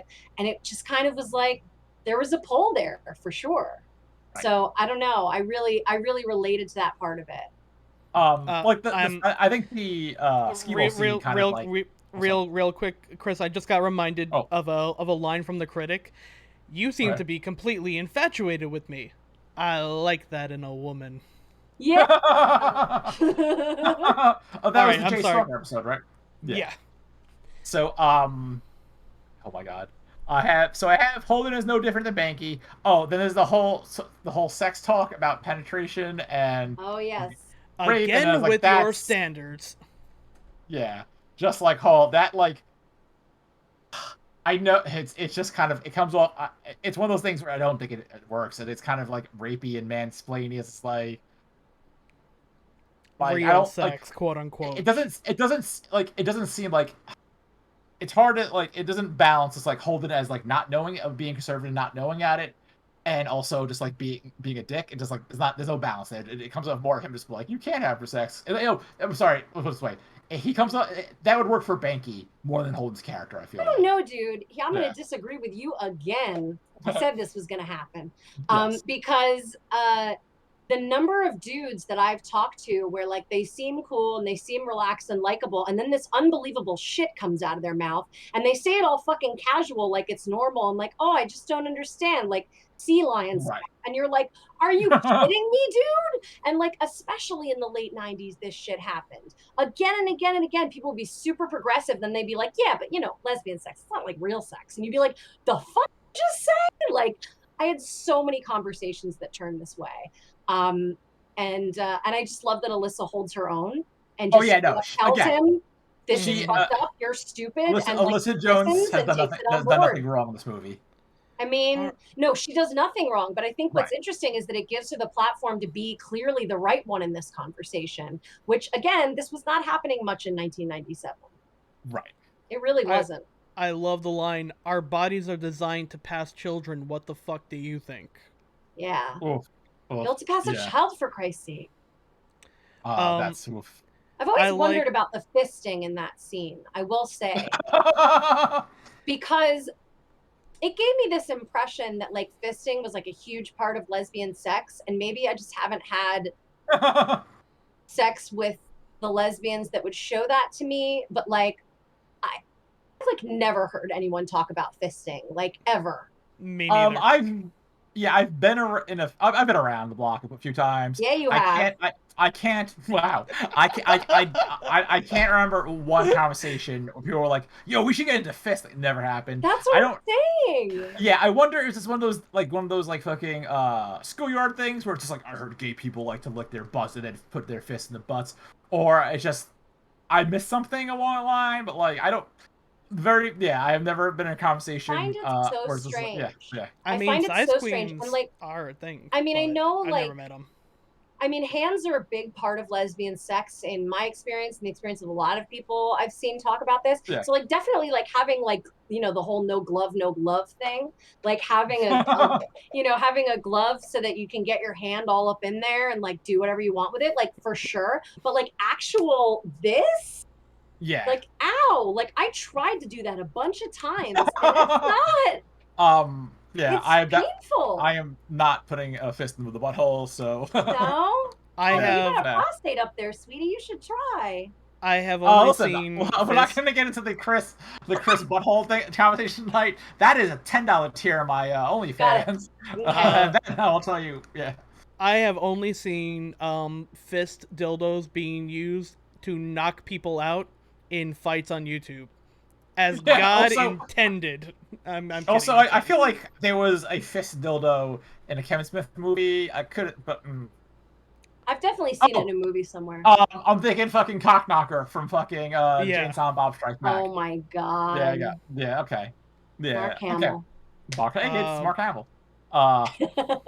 I like Anyway. the juxtaposition between that sex conversation where Holden is talking about pretty standard, pretty standard lesbian sex, with a woman, and then 10 minutes later, Banky's porn discussion. God, yeah. And I didn't really pick up on just how those were supposed to be two, like, really juxtaposed kind of views Yeah. on him not blinking a fucking eye on Banky talking about horse fucking and what do I have here in my notes? Sometimes it's a spread brown eye kind of night. He doesn't blink a fucking eye at that. But the idea of fisting fucking sends him into a, like, what? What we've proven multiple times in this podcast, no one does Kevin Smith dialogue better than Jason Lee. Because everything that came out of his mouth was like fish to water, just like natural, like that. I would have like lost my shit the first time I said that. Two, another incident in which a child is exposed to something terrible in a Kevin Smith movie. Not the first but not the last time a four-legged animal is involved in a sex thing with a Kevin Smith movie. We'll see you in a few months, Clerks 2. And for a pager, guys. I have not thought about pagers. I know. I think since 1 who's the minute beaver and 5 seconds. You Yeah. are such my bitch. What the fuck was the Beaver King from? Fuck. Hey Arnold? Oh, I don't know. Oh, I There was- forget. There was something else too where dude had fuck. Seinfeld, maybe? No, yeah, fuck. There was some dude when it was someone who was just like, oh, I own a pager shop, but like we have cell phones now. So yeah, but when pagers come back, I can't remember what the fuck it was. Some live action comedy. Fuck, I can't remember what it was. Anyway, yeah. I had two beepers. Never had a beeper. It was not. Yeah. Smart beep. I had a Motorola beeper that was turquoise, and I thought I was the shit. My dad had one of those, I believe. I just had my first was a prepaid cell phone when I got my first mobile thing, which is fine. But yeah, once again, a small fucking so in context, what we're talking about, Banky and Holden are supposed to go to Boston for Boston Comic Con to talk about the animated series and the books. Alyssa Pages, Holden to come hang out because she's in town. Holden bails on Banky, tells him to go there by himself with his large bag of pornography. And then he takes Alyssa out for skee ball, which not the first time we see skee ball in a Kevin Smith movie, not the last. This scene was actually kind of cute, minus the copious amounts of skee ball based violence. Yeah, there's a lot of violence in this. Yeah, which again, I like that part. I like skee ball based violence. It's like, wow, okay, because was it? She fucking launches the skee ball, goes to a table, right? Mm-hmm. Oh, Well, no, it they have bounces sex. off and Yes. hits the dude to him in the No, most Jersey way possible. Hurls it back. Yeah. that was his fault. She just smashed table. They're throwing it, and she's talking about sex. Him being the prude that she is, launches at a dude. Dude turns around and whacks him in the face with it. Well, opposite, technically. What? When she says "I got laid," he fucks up his shot and it crashes into Yeah. the pinball table. Okay. Oh yeah, She that's right. Right. pitches overhand. She pitches bounces over off. him. Right.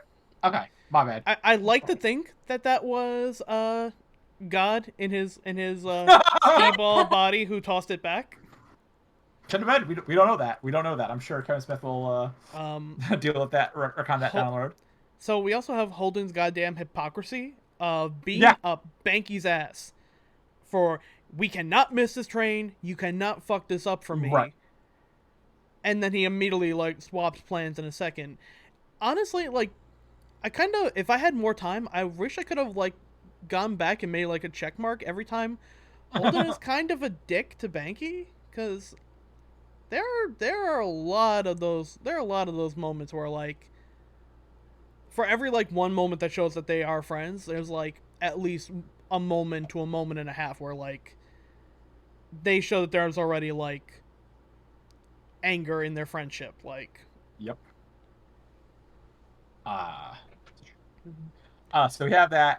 Then we have a cute little montage, I believe, right? That's montage times where it's just like them doing stuff. I believe we also get another reference to NHL in the second Genesis, which we previously saw in Mallrats. Over a song with the lyrics of "Never will forget, never will forget, never will forget this." Never will forget this. Right. And then immediately once that song ends, F slur, D slur, and then just a whole bunch of slurs from Banksy. We need to shoot that tit cake with the goddamn bazooka. Yeah. Before it can get free and become the fourth Kevin Smith horror film. Tusk? Listen, maybe that's the real horror right there. Crypto movie about the titty cake. It's gonna be the next SCP.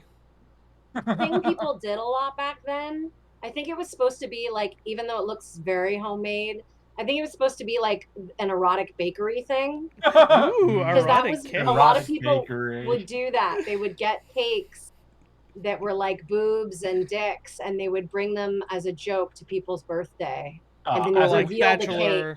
Yeah, bachelor parties, bachelorette parties. Yeah, but I mean, even just someone's birthday, you'd be like, yeah, we brought you a cake. Ha ha ha! Gotta eat the dick now, you know. As a wee lad, I have never. Again, my only context for erotic cakes was one episode Tom and I have the Simpsons we're talking about with Homer goes into the 3D and then real life. Yeah, no context for that. Aside from that, from the Simpsons. I'm trying to look what we got here. Also, I learned from this movie how you pull the childproof safety thing off of a lighter, and that served me well through my smoking days. Oh yeah. Because Holden does that, and Alyssa's all impressed, and like that was like a really cool move, and I definitely impressed other people with that. So thanks. Yeah, that works because it looks like Holden smokes 12 packs a day, which also weird to see smoking in a movie like that. Yep. I can't. Well, Kevin Smith was like full on cigarette addict at this point. Yeah. There's that. So Holden is obviously stupid in love with Lissa. Banky then decides trying to put a stop to this. He does a little drawing for him, the four-way street. Oh God, yeah. God, this scene, it's dicey, but torn on it because it's like it's kind of fucked up, but also kind of fun. It's all Jason Lee's delivery, and it's also great. This was the first interaction with Chase and Amy that I had ever had, because I went to go download a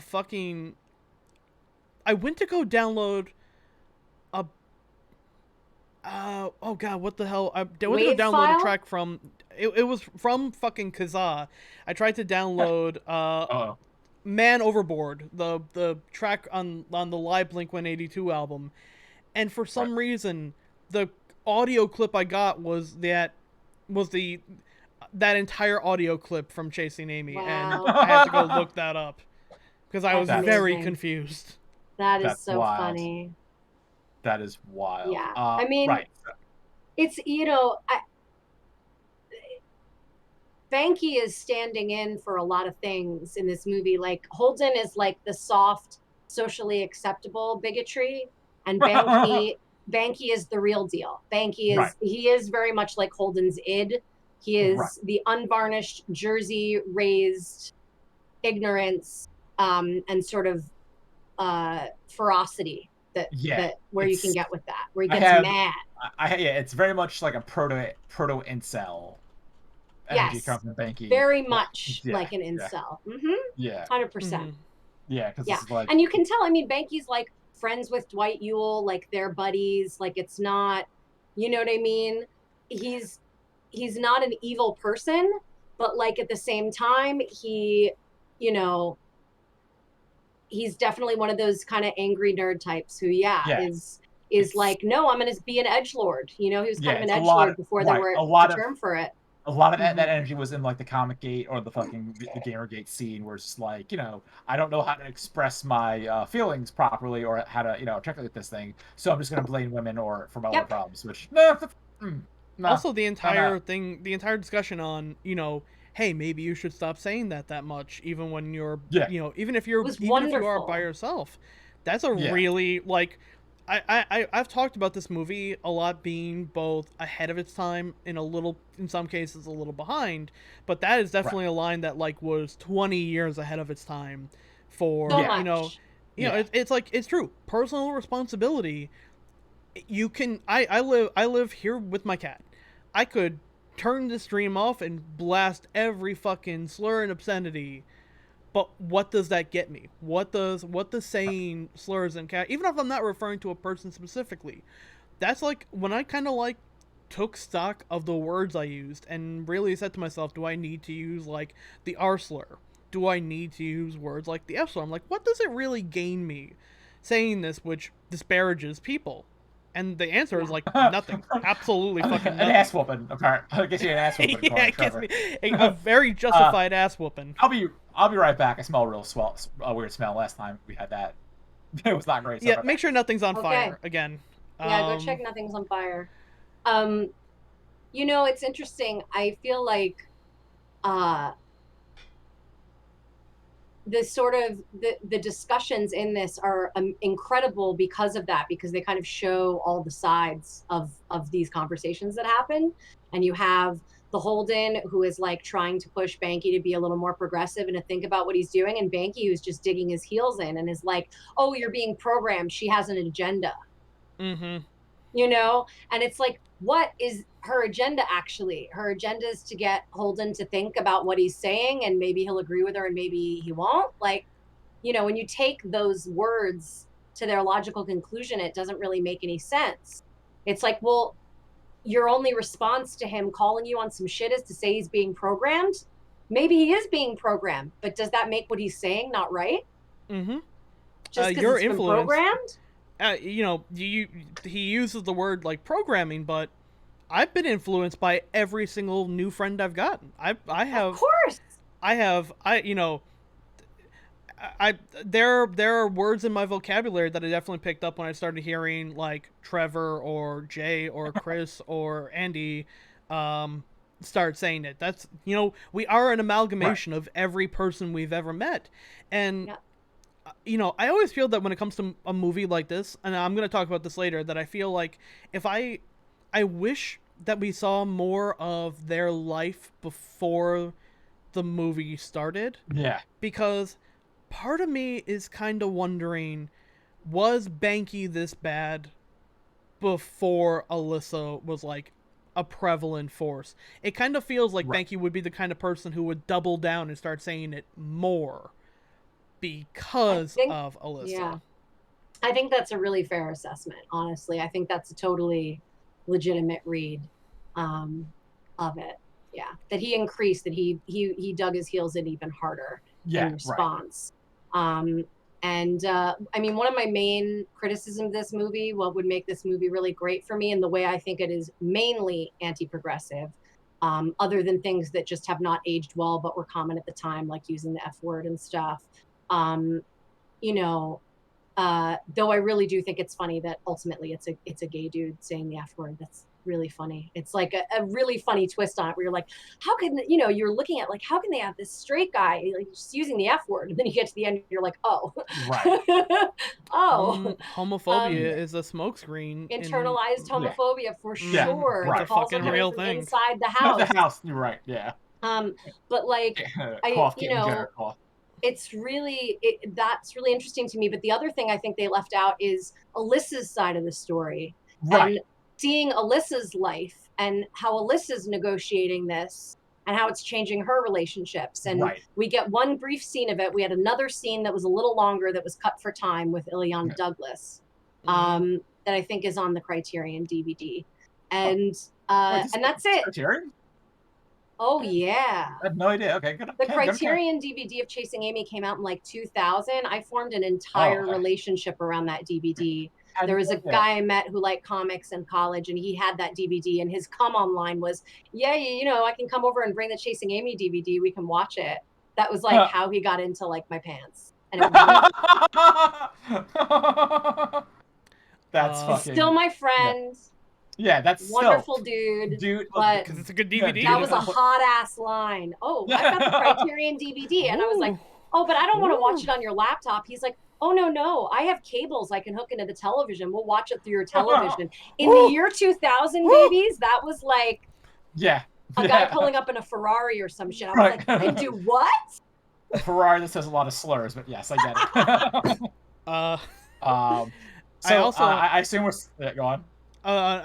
Go ahead, Chris. I can. I would say, are we still because we're pushing an hour 20 left? Are we still talking about the Banky is a kind of piece of shit thing, or we moved on to the next scene? I think we moved past it. The only thing with Banky that really kind of like, and I feel this because I knew people in college who were fucking like this. Not everything has to be a fucking one. I like Banky's line of not everything has to be a fucking challenge. Right. Which there is a degree of truth to that. Though I think that maybe Banky's just way of looking at it, because I really do feel like at that point he genuinely loved her, and Banky had a problem with could not see anything in a non-sexual light. Every relationship has to be inherently sexual. Like it's like Freud on fucking crack. Like not every relationship. It's that weird shit that like was it Ninja who was like I can't have a friendship with a woman because any relationship between a man and a woman is gonna end up being sexual. No, it fucking ain't. To be in Ninja's defense, it was like anytime I have a friendship with a woman, someone's gonna turn it into a sex thing. We'll not get into that now because that's a whole loaded statement. Because I see where he's coming from, and like there's a whole like follow-up with that, but also the man needs to expand his vocabulary. Yeah, it's a very like he didn't know how to articulate his point well, and also he's kind of a dumbass. But so here we're going to the uncomfortable. Ooh, we're taking that oof meter and we're cranking it up to a big oof because we're about to have a fucking roadside in the rain confession. Yeah. Well, first off, though, we have a Jersey Diner, which, guys, so it's not a goof, it's not a bit. Jersey Diner's own. Yeah. Like I will defend New York food 9 out of 10 times. Diner. I have eaten in that diner. Jersey Diner's undefeatable. They are the gold standards of diners. There's some good ones in New York. I'm not going to deny that. But that's because they probably were either priced out of Jersey or just knew what a sub business. You need a parking lot to make a proper diner. One of the good things about Staten Island is that their diner game is untouchable. Yeah, mostly because otherwise Staten Island. I could vouch for a few diners in Staten Island where you get like a fucking mountain of food for very cheap and the food's quality. Yeah. Anyway, so Holden and let's start on a non-date. Holden makes a line about how he wants her to be more successful so she can pay for the dinners, and then she buys him a painting in return. Right? Am I remembering that correctly? Yep. And that is what sets him over the edge. And Manuel, please take the Dostoevsky off the wall. it's at this point in his entire speech that I really wish we knew a bit more about Holden's past relationships, because Right. it it so I'm gonna get a little real here. I had dealt in my youth with an abusive ex, and it was weird. We have since made up and become friends, but I had a period of time in my early 20s where it was really difficult to parse affection because of it. And I definitely had some instances of like, oh, this person is being really nice to me. Are they interested or are they not? Like, I had to flat out ask. So I kind of want to know a little bit more about, like, we know next to nothing about Holden's relationships in the past, and really, the way he's acting towards Alyssa that would make him do something kind of stupid like that. And put everything out on the line like that. It really feels like he had to have had like a bad relationship in the past that would like make him immediately just like not be sure how to react to like genuine affection, be it friendly or flirting. Yeah, his whole confession to Alyssa, I don't want to say it's bad, but it's weird because like I'm indifferent towards it. On the one hand, there's 90% of it is very, very good. It feels like genuine, heartfelt, and like there's some confusion on his on there, and but it's that 10% where it's like, I'm right, is kind of super villainy, and I just like Affleck does his best with it. It's ultimately a failing of Smith's writing, but I see where he's coming from. It's just like, I'm sure it's one of those things at its time probably felt a little better. Now it feels a little, and it's kind of hard to parse. So here's what I have to say about that. Yeah. So yeah, you're right. It is super villainy, Right. and it's not good. But I think Right. that makes the writing better, because I think that makes it more human and more realistic to where a guy, especially in 1997, would be in reaction to this situation, who was raised in small town Jersey. It makes a lot of sense to me. I basically had this speech given to me when I was in high school. This Well, happened to I me. definitely gave that speech to somebody Yep. at like So, 18, yeah, and yeah, yeah, yeah, yeah. Oh, yeah. yeah. I'm saying it's realistic. It's just like it's It's hard. realistic. It's hard to like the characters a Yeah, lot it's it's because it's it's just like, cringy in the way yes, that, like, yes, cringe. it's cringy. Right. But It's like a lot of time it hits the mark. I'm like, okay, yeah, no, he yes, did it up there, and then he's just like, I'm right. It's like, okay, there, like, yes, that's it. That's yes. yeah, like, And you're so right. And it just it yeah, for me it's more real because of that. And again, because it's an indie movie, because this isn't like a mainstream right. top level, like lots of audiences seeing it kind of, release. The fact that it's kind of gritty and that you kind of like hate this character at the same time that you understand him, to me just kind of makes it feel authentic. And you know I was really I was blown away by this whole scene, and also by Alyssa's face as he's delivering this speech. Oh, it was Yeah, like yeah, again, yeah, fucking just like a tree, just right, like yeah, again, it's so good. it's Uh, yeah, she's uh, great. Again, nothing. I have no qualms about her this entire movie. oh, Her body language, her reactions to anything, like there's a pain behind everything that is just so good. Because like she definitely had like there's a look of betrayal in her face, and I think that's a perfectly normal reaction given yeah. their relationship so far, and like that's good. It's very, very good. It's very, very good. So I've had this conversation with friends before, particularly like as I've gotten older in life and a little more centered on this shit and whatnot. I've helped friends out who have been in similar situations where they have a stupid crush and don't know what to do about it.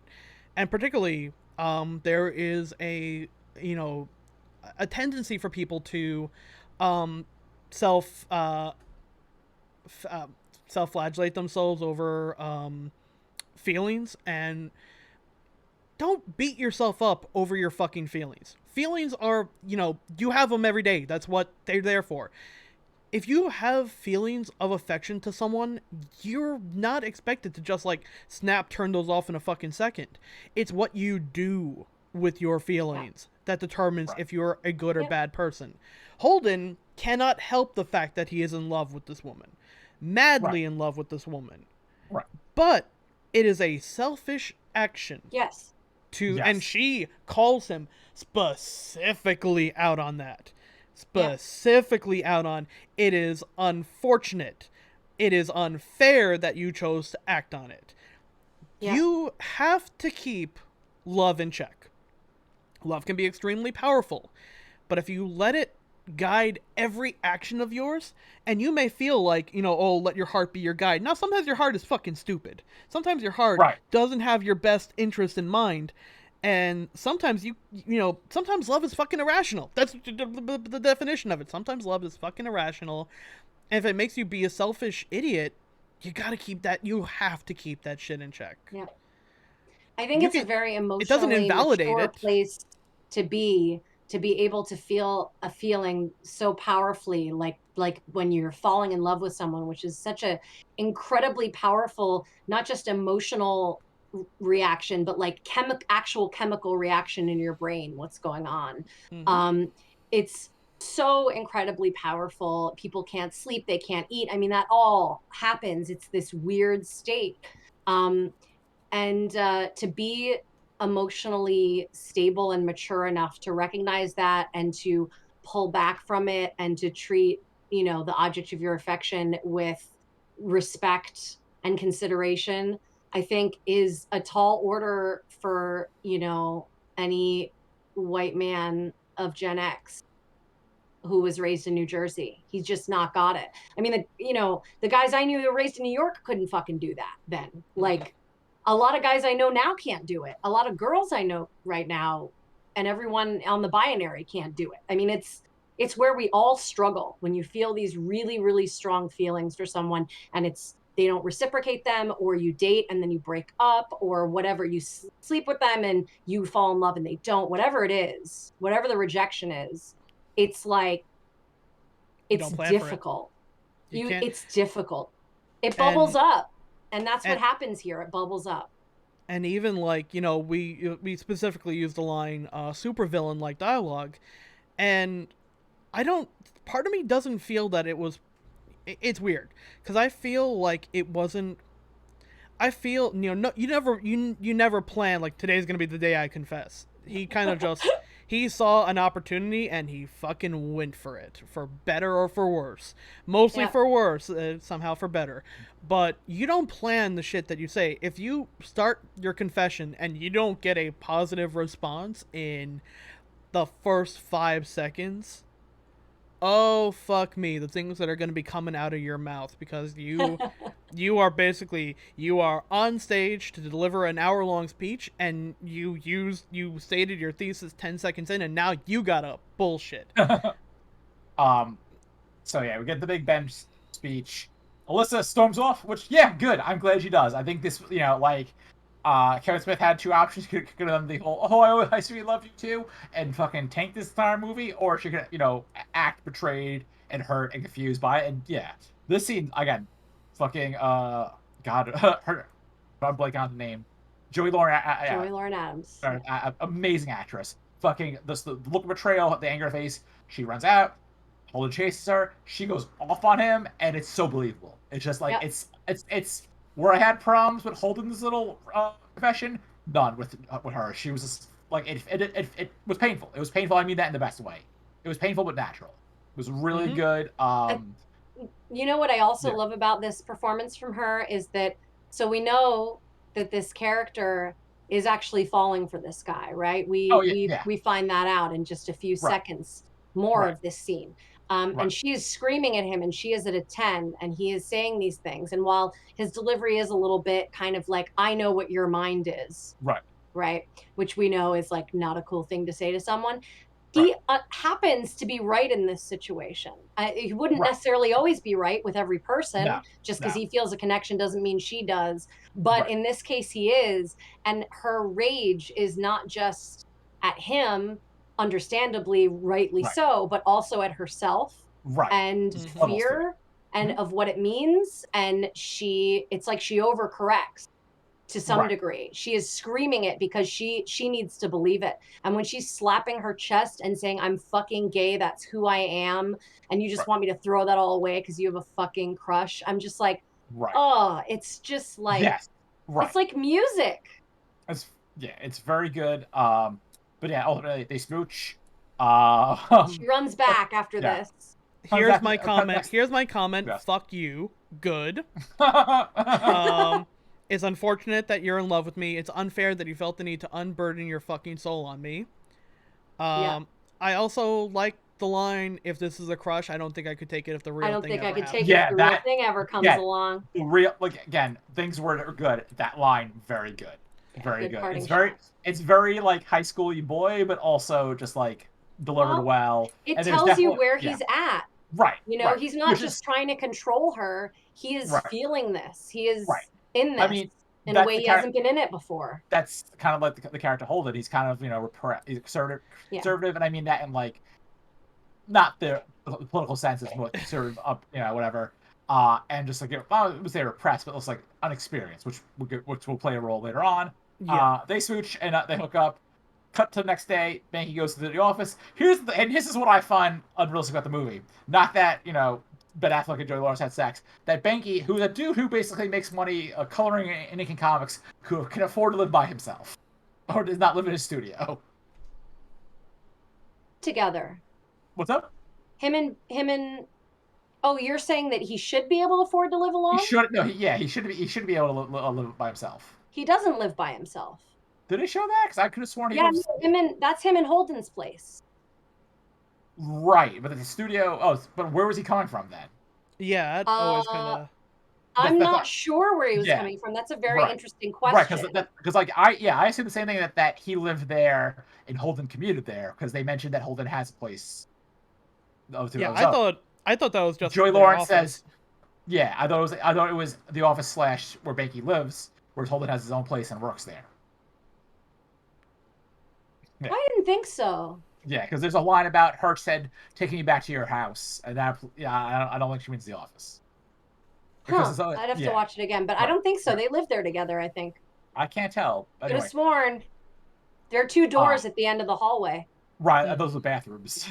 Either way, so okay, they anyway, yeah, they go goes there and he finds Holden and Alyssa on the couch because they have fucked over the studio. There are art supplies anywhere. I kind of want to know what happens, but also I feel like it looks like mustard, and there's saran wrap. I couldn't tell if it was mustard or paint because there's like a paint canvas there, Fair. and it makes sense he's an artist, The couch looks like it has visible impact damage done to it. Someone did a fucking flying WWE wrestling fuck move and power slammed that pussy. With that, we can't tell because either way, Joey Lawrence looks like she's a scrapper. Ben Affleck's pretty jacked, so it could go either way. Who knocked her on the couch? Baker's not taking it well. And here again, so there are Catholic schoolgirls across the street that Banky is watching. Ben Affleck comes out in his underwear. No pants. And I was like, this is bad. That's bad. Do not do that.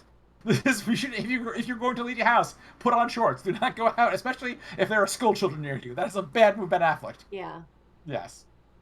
I enjoyed how that scene of, it's the second time in the movie that they've talked about Catholic uniforms, but the first time was in a very negative.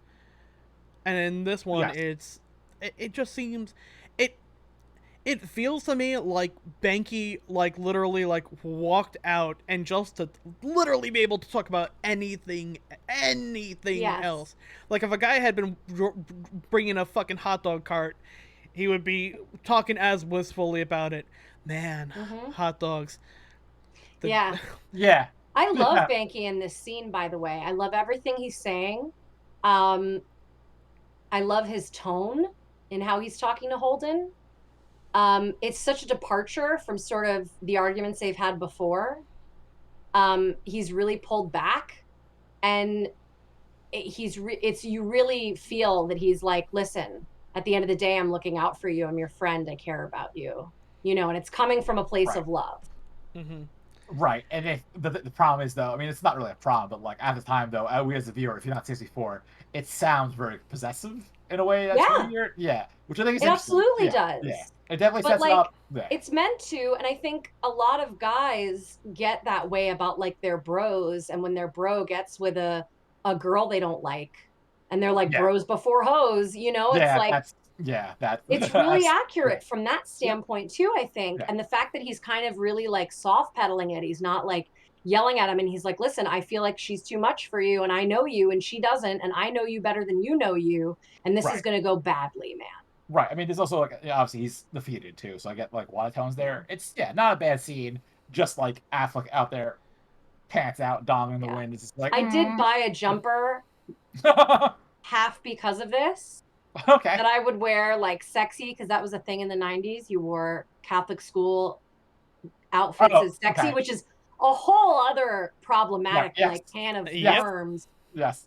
But it was a thing, and I had What one was of these that? jumpers. That infamous line? Like, I love high school girls because I keep on getting older. I And they keep stay getting older the, and they stay the same age, from yes. Dazed and Yes. Confused. Thank Yes, you. Yes. Matthew Yes. Yes. Yes. McConaughey. Yes. Another I know film kind of. with Ben Yeah. Affleck and Joey Lauren Adams.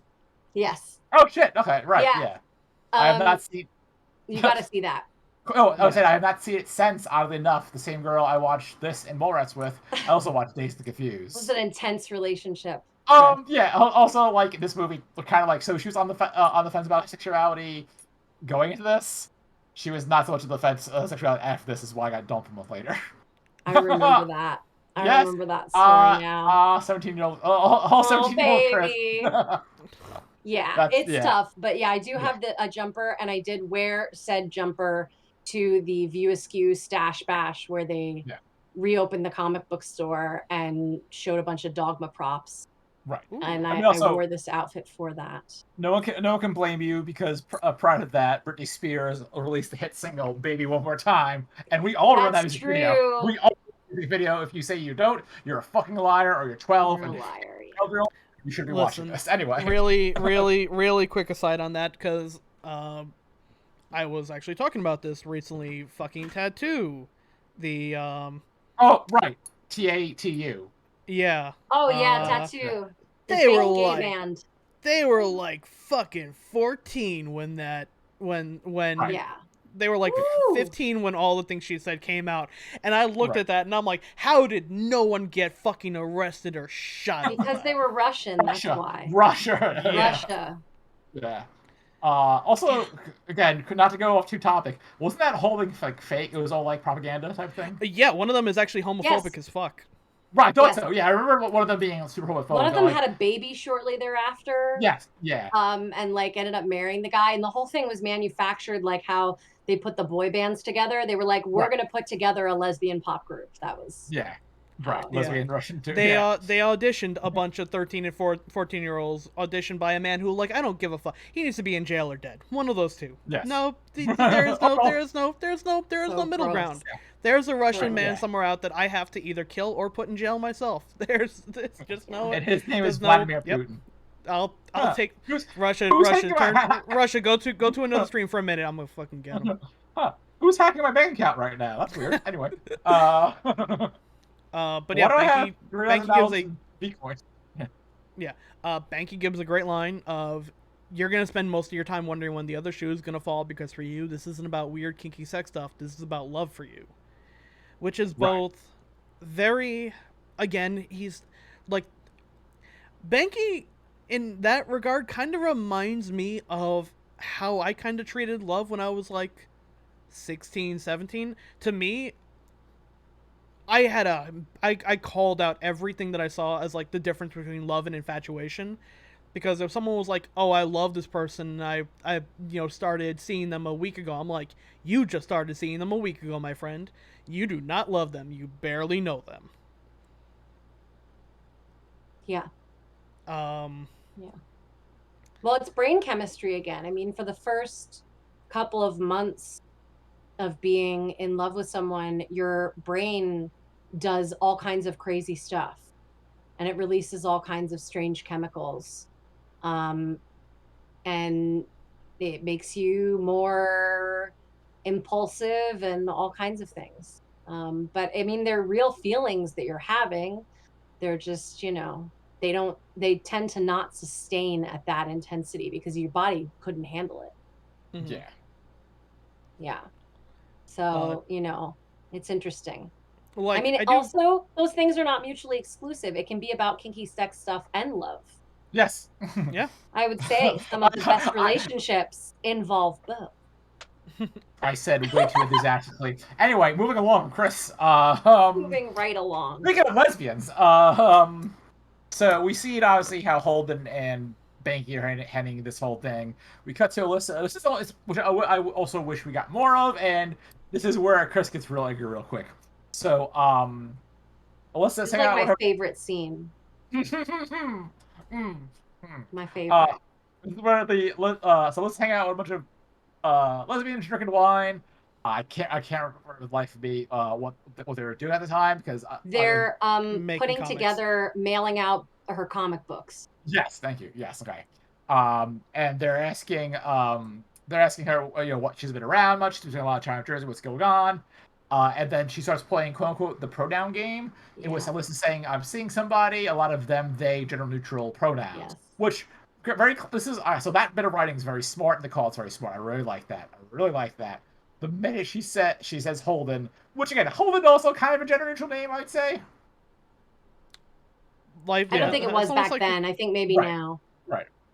Either way, they're like, oh, she's dating a man, and no one bites the dust, implying that you can only be straight or gay, and there's no in between. Which, hi, it's me, I'm bi. It's been 5 minutes since I last mentioned that, and that would. It's just like, okay, Of course. we finally get some other lady characters on the screen, and they immediately are just like, oh, they're the goddamn worst because she says that she's dating a dude, thus making her. I guess. I mean, she could.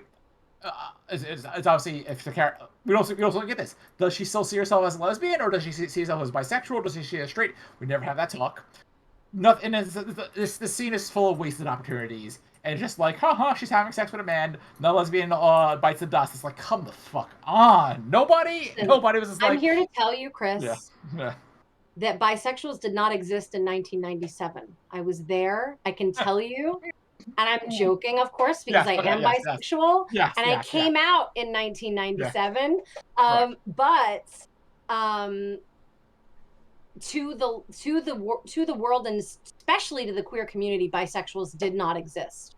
Bisexuals were women who wanted to be lugs, which stood for lesbian until graduation. Like you got gay in college and then you married a man when you got out. That was an actual acronym when I went to college in 1998. Yeah, I never heard of that before. Like when they said lipstick lesbian, I've heard that one before. Yep, lipstick. I never heard. When I went to, I stayed away from. I claimed the term bisexual for myself. So when I was talking to people that I cared to share that with, friends and such, I would say bisexual. But like, I didn't have fucking rainbow flags anywhere. I didn't go to Pride. I didn't feel welcome there because I wasn't gay enough. And it was made abundantly clear to me on many occasions that I was not gay enough to call myself queer. Right. If I said that I was bisexual, people would just go, yeah, whatever. You like to kiss your friends in bars for attention from guys. That's what that means. I've heard that one a lot. That particular line. Yeah. So not to cut you off, but go ahead. Here's what kills me. You're right to a degree, but then later on, when Hooper and Holden are talking, and Hooper's saying he's a minority within a minority, which again, not incorrect. That's a very good line. Yeah. Writer Peter Milligan would cop that again for his ecstatic run with a character who's just like, baby, I'm a mutant, I'm gay, and I'm black. That's and it goes. I just named the only two things worse than being black. He's talking to a female reporter, and they just high five.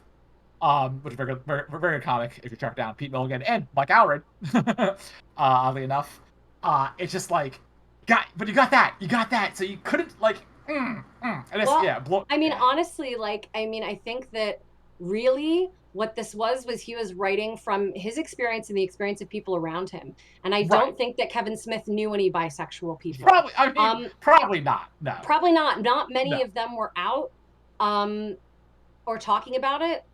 There's a lot of interesting early sort of bisexual activism that was happening in like the early 90s, but this was happening in queer communities, like in Right. small, you know, Right. groups. It was not widespread. And unfortunately, the most harassment I've gotten um, about being bisexual has been from within the queer community. Oh yeah, I mean Mhm. that's a different podcast or a different day because it Yeah. definitely So, exists. I mean, I related to this scene for that a Right. lot. And I relate Right. to it because it sets up why Alyssa's so terrified to go for Holden in the first place or even consider him, is because it's her identity and it's going to be stripped of her the minute anybody finds out. And she knows that. Or Right. questioned, which sucks. It just Sucks. kills me. It just kills me that there's like no zero positive, zero bisexual like representation. It was right there. It's like at least one Yep. time, like, hey guys, like even a throwaway line would be like, hey, cool, she got drowned out. Because yeah, I'm not gonna erase the fact that biphobia is a thing. I just wish there was something to apply. Well, It's just like there's nothing in this movie that applies like trans, non-binary, Yeah, the we're rest of missing some trans for sure. Yeah. the rest of the alphabet, for lack of a Yeah. better term, is Yeah, just yeah, missing. yeah. It's like, come on, fucking, just like throw me a bone, dude. It's like that was Yeah. fucking. Well, Kills me. it's true. I'm trying to remember Yeah. the first time I heard the word bisexual, and fuck, I think it might have been on an episode of fucking Family Guy. Was the first time I think I may have actually heard. Like a heard bisexual. Yes, Ted, that's the joke. Yeah. Yeah. Yeah. Because It's funny. in the, sorry, go ahead. You go ahead, Tom. No, Okay. you go ahead. In the mid to late 90s, if you were a man who had sex with women and then one man, you were gay. That was it. That was like, yeah, that's right. it was Right. it was like the I it was like I'm gonna use a word that I fucking hate. It was almost like tainted. It was like, Mhm. one drop made in, the entire person is, Yeah. you can't if you did anything with a man at one point, you can't go back to being straight. You are forever marked as a gay Right. man who occasionally or. has sex with women. Or that And all it's of your sex with bullshit. women was a lie. Yeah. And Right, this is your because- true self coming out. Right. It's frustrating. Yeah. And the opposite is true of women. Oh yeah. Right. If you are a woman who has sex with men and then you have a thing with a woman, that was just you experimenting. That Right. wasn't real. You know what I mean? Like Or- you're still Right, or as they say in this movie, oh, you're gay until you sleep with a man. You need to find the right dick, which word for word from this movie, which like that's loaded, but I'm glad that stuff's in there because yeah, like obviously it's something that's said. Again, I just wish we got the L, we got the G, and then everything else is ignored. And I Yep. kind of wish we got at least a bone thrown. Yeah. I mean, Right. it's frustrating, but I mean, it's very much this time. It was very much queer people means lesbian and gay. It was Right. a lot of even the nomenclature around like different centers where you could go and receive healthcare. It was lesbian and gay health center. Right. Mhm. There But even, like, wasn't any BT. there's nothing between like Holden and Alyssa, or like, oh yeah, you slept with a man and a dude. You're obviously bi. And it's like anyway. Yeah. That's my no, big it wasn't a rant. thing. We're running low on time. Okay. Yeah, Let's yeah. go. We can do this, So, guys. Next scene, it's what I believe it's Alyssa and Alyssa, which I have in quotes, the only good character in this fucking movie. Well shot scene. I think it's the two of them in bed. It's Oh yes. She defines yeah. she defines Yeah. demisexuality flawlessly. Yes. What I've come to yes. is really simple. I came to this on my own. How seldom is it Yes. that you find the one person who just gets you? Gender is almost completely irrelevant. It's Yes. all about a connection, which I'm, and I could be wrong. I did not double check to look it up, but as I believe that is where demisexuality falls onto the spectrum. And Demisexuality is when you have to form an emotional connection with someone before you can be attracted to them. Okay. That's Yeah, I think- demisexual. Yeah, I think there's Pansexuality was coined to basically really put a button on what a lot of bisexuals identify as and have identified as since like the 90s, which is attraction to a gender that is the same as your gender and other. And that other can be any number of things. And pansexuality was going to really just show like, oh, but that I'm regardless of gender, so all welcome. I describe it as the Andrew WK of sexual orientations. Everyone is open to party. Yeah. Right. I like that. Well shot scene, some dope dialogue. I'm sorry, Tom, you were saying? Yeah. I was gonna say that so Banky comes in with some fucking like after that like pinnacle of their relationship of like, you know, that you've heard the thing that like this should be what you go back to like whenever you feel doubt in your relationship. That should be the thing that you hear and go like, I think I'm fucking good. I think this relationship is good. Right. And then it immediately gets put to the test when we get the most annoying character in the movie. Right. Standing in front of the quick stop talking about Chloe. finger cuffs. Yeah. Yeah. One, I like again, as much as the scene kind of irks me, I like the fact we get thrown back to the quick stop. It can keep us all like, you know, in the same world and remind us what's going on. Also, yeah, this dude's fucking insane. Banky's like this goes from just like protective to your friend to like stalker level. Like, so, like how? Oh, what, like, him investigating Alyssa? Yes, yeah. This is just like, okay, dude. Like, it's one thing that you worry about your friend who's being over his head, which, you know, that's valid. It's valid. You know, so I get that. It's another thing when you go digging up her past, finding an old copy of her yearbook, and start talking to some dudes you went to school with.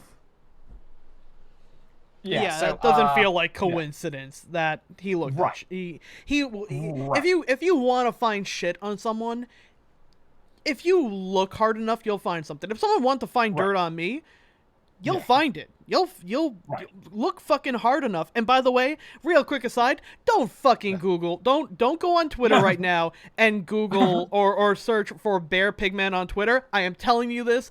The only person who has used the moniker Bear Pigman is a very fat Peruvian guy who jerks his hog all over the place.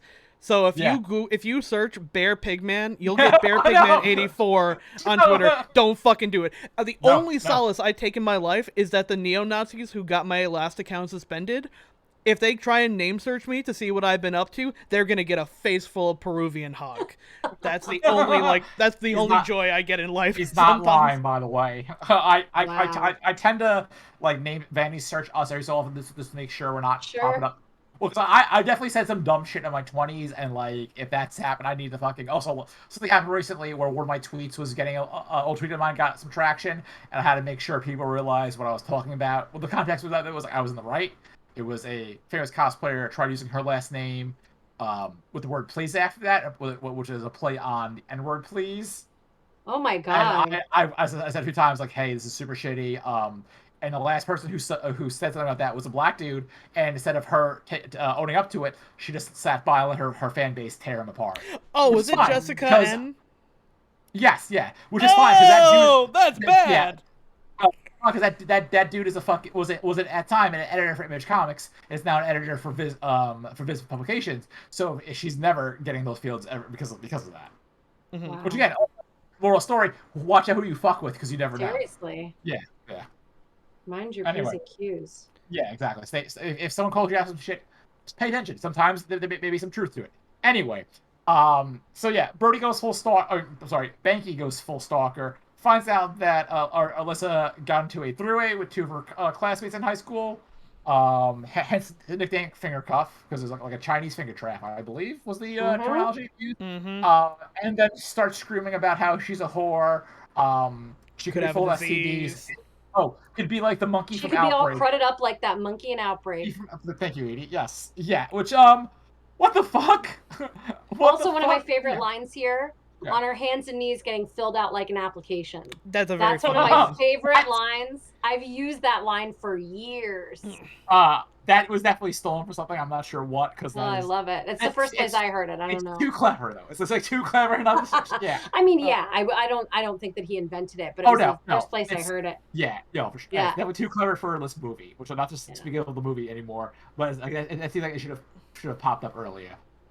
In which, Holden then threatens Banky, rightfully, because that's, he's crossed not one, but several fucking lines. I love the way he gets mad at him in this scene. Yeah.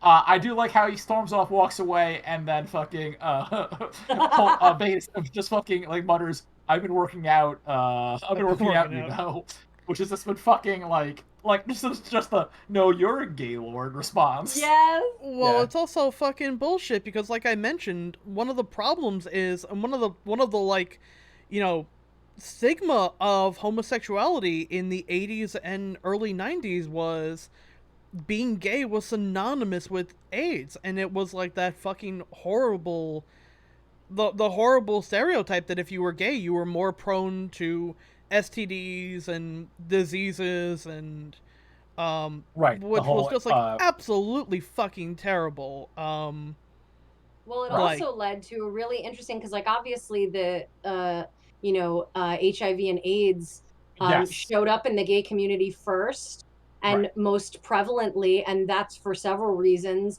One being, sort of a biological reason in that, I'll say this in a technical way: your anus does not self lubricate.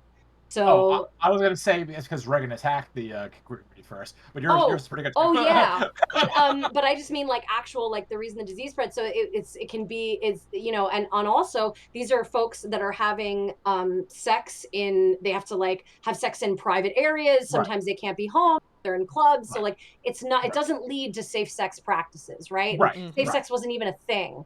Right. So it was like these furtive bondings in the shadows, and that's all you could do. You couldn't live any kind of life and have a partner. So that led to this becoming really prevalent. Whereas when you look at like straight people, like for the most part, that you'd have certain people who are really promiscuous, but for the most part, you have people who are just kind of sleeping with a few people. It's not really a Right. thing. So it didn't catch on in the straight community as much. And then of course Reagan and his bullshit. Right. But the really fucked up thing is that because of that stigma, people died because of that stigma, and they Yeah. weren't just gay. A lot of them were straight because straight people thought they were immune, and Right. so Mhm. they caught the disease at a much, much higher rate through the 90s than the gay Right. community. Right. It wasn't until like Magic Johnson where people were like, "Oh fuck, I'm straight. I can get that." And I hate to bring up Magic like that, but like I Yeah. remember being young enough to realize, okay, that was a thing.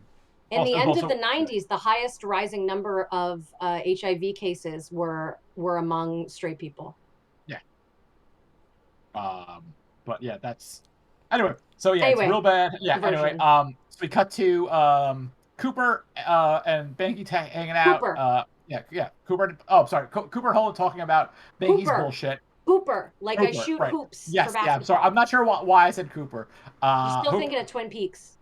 Fuck. Fair. Tom mentioned it once. Yeah, Tom mentioned it once. I mean, I'm always There thinking you about Twin go. Peaks. Yeah, it fucking got me back in that fucking that cabin. Um, well, yeah. Anyway, so they're in a record shop, which again, God, I have not been in a CD store in I 100 years because know. now they're either fucking vinyl shops, which no beef, or FYEs turned into Funko Pop / Machine T-shirts. Shade Yeah. towards those by the way. Um, Jack's uh, Music Shop. I've been in that yes. store Where back was when it was. that? It's all in Red Bank. Okay. The Oh. apartment the Oh, boys yes, I shared. know. I know. Like, no, yeah, yes. I was in that. I guess is it still there or is it No, gone? no, Okay, it's so I gone guess in now. its dying days, I remember it being Yeah. there. Okay. Okay, I thought it looked familiar. Yeah. Yeah. On Broad Street, I think. Yeah. Yes.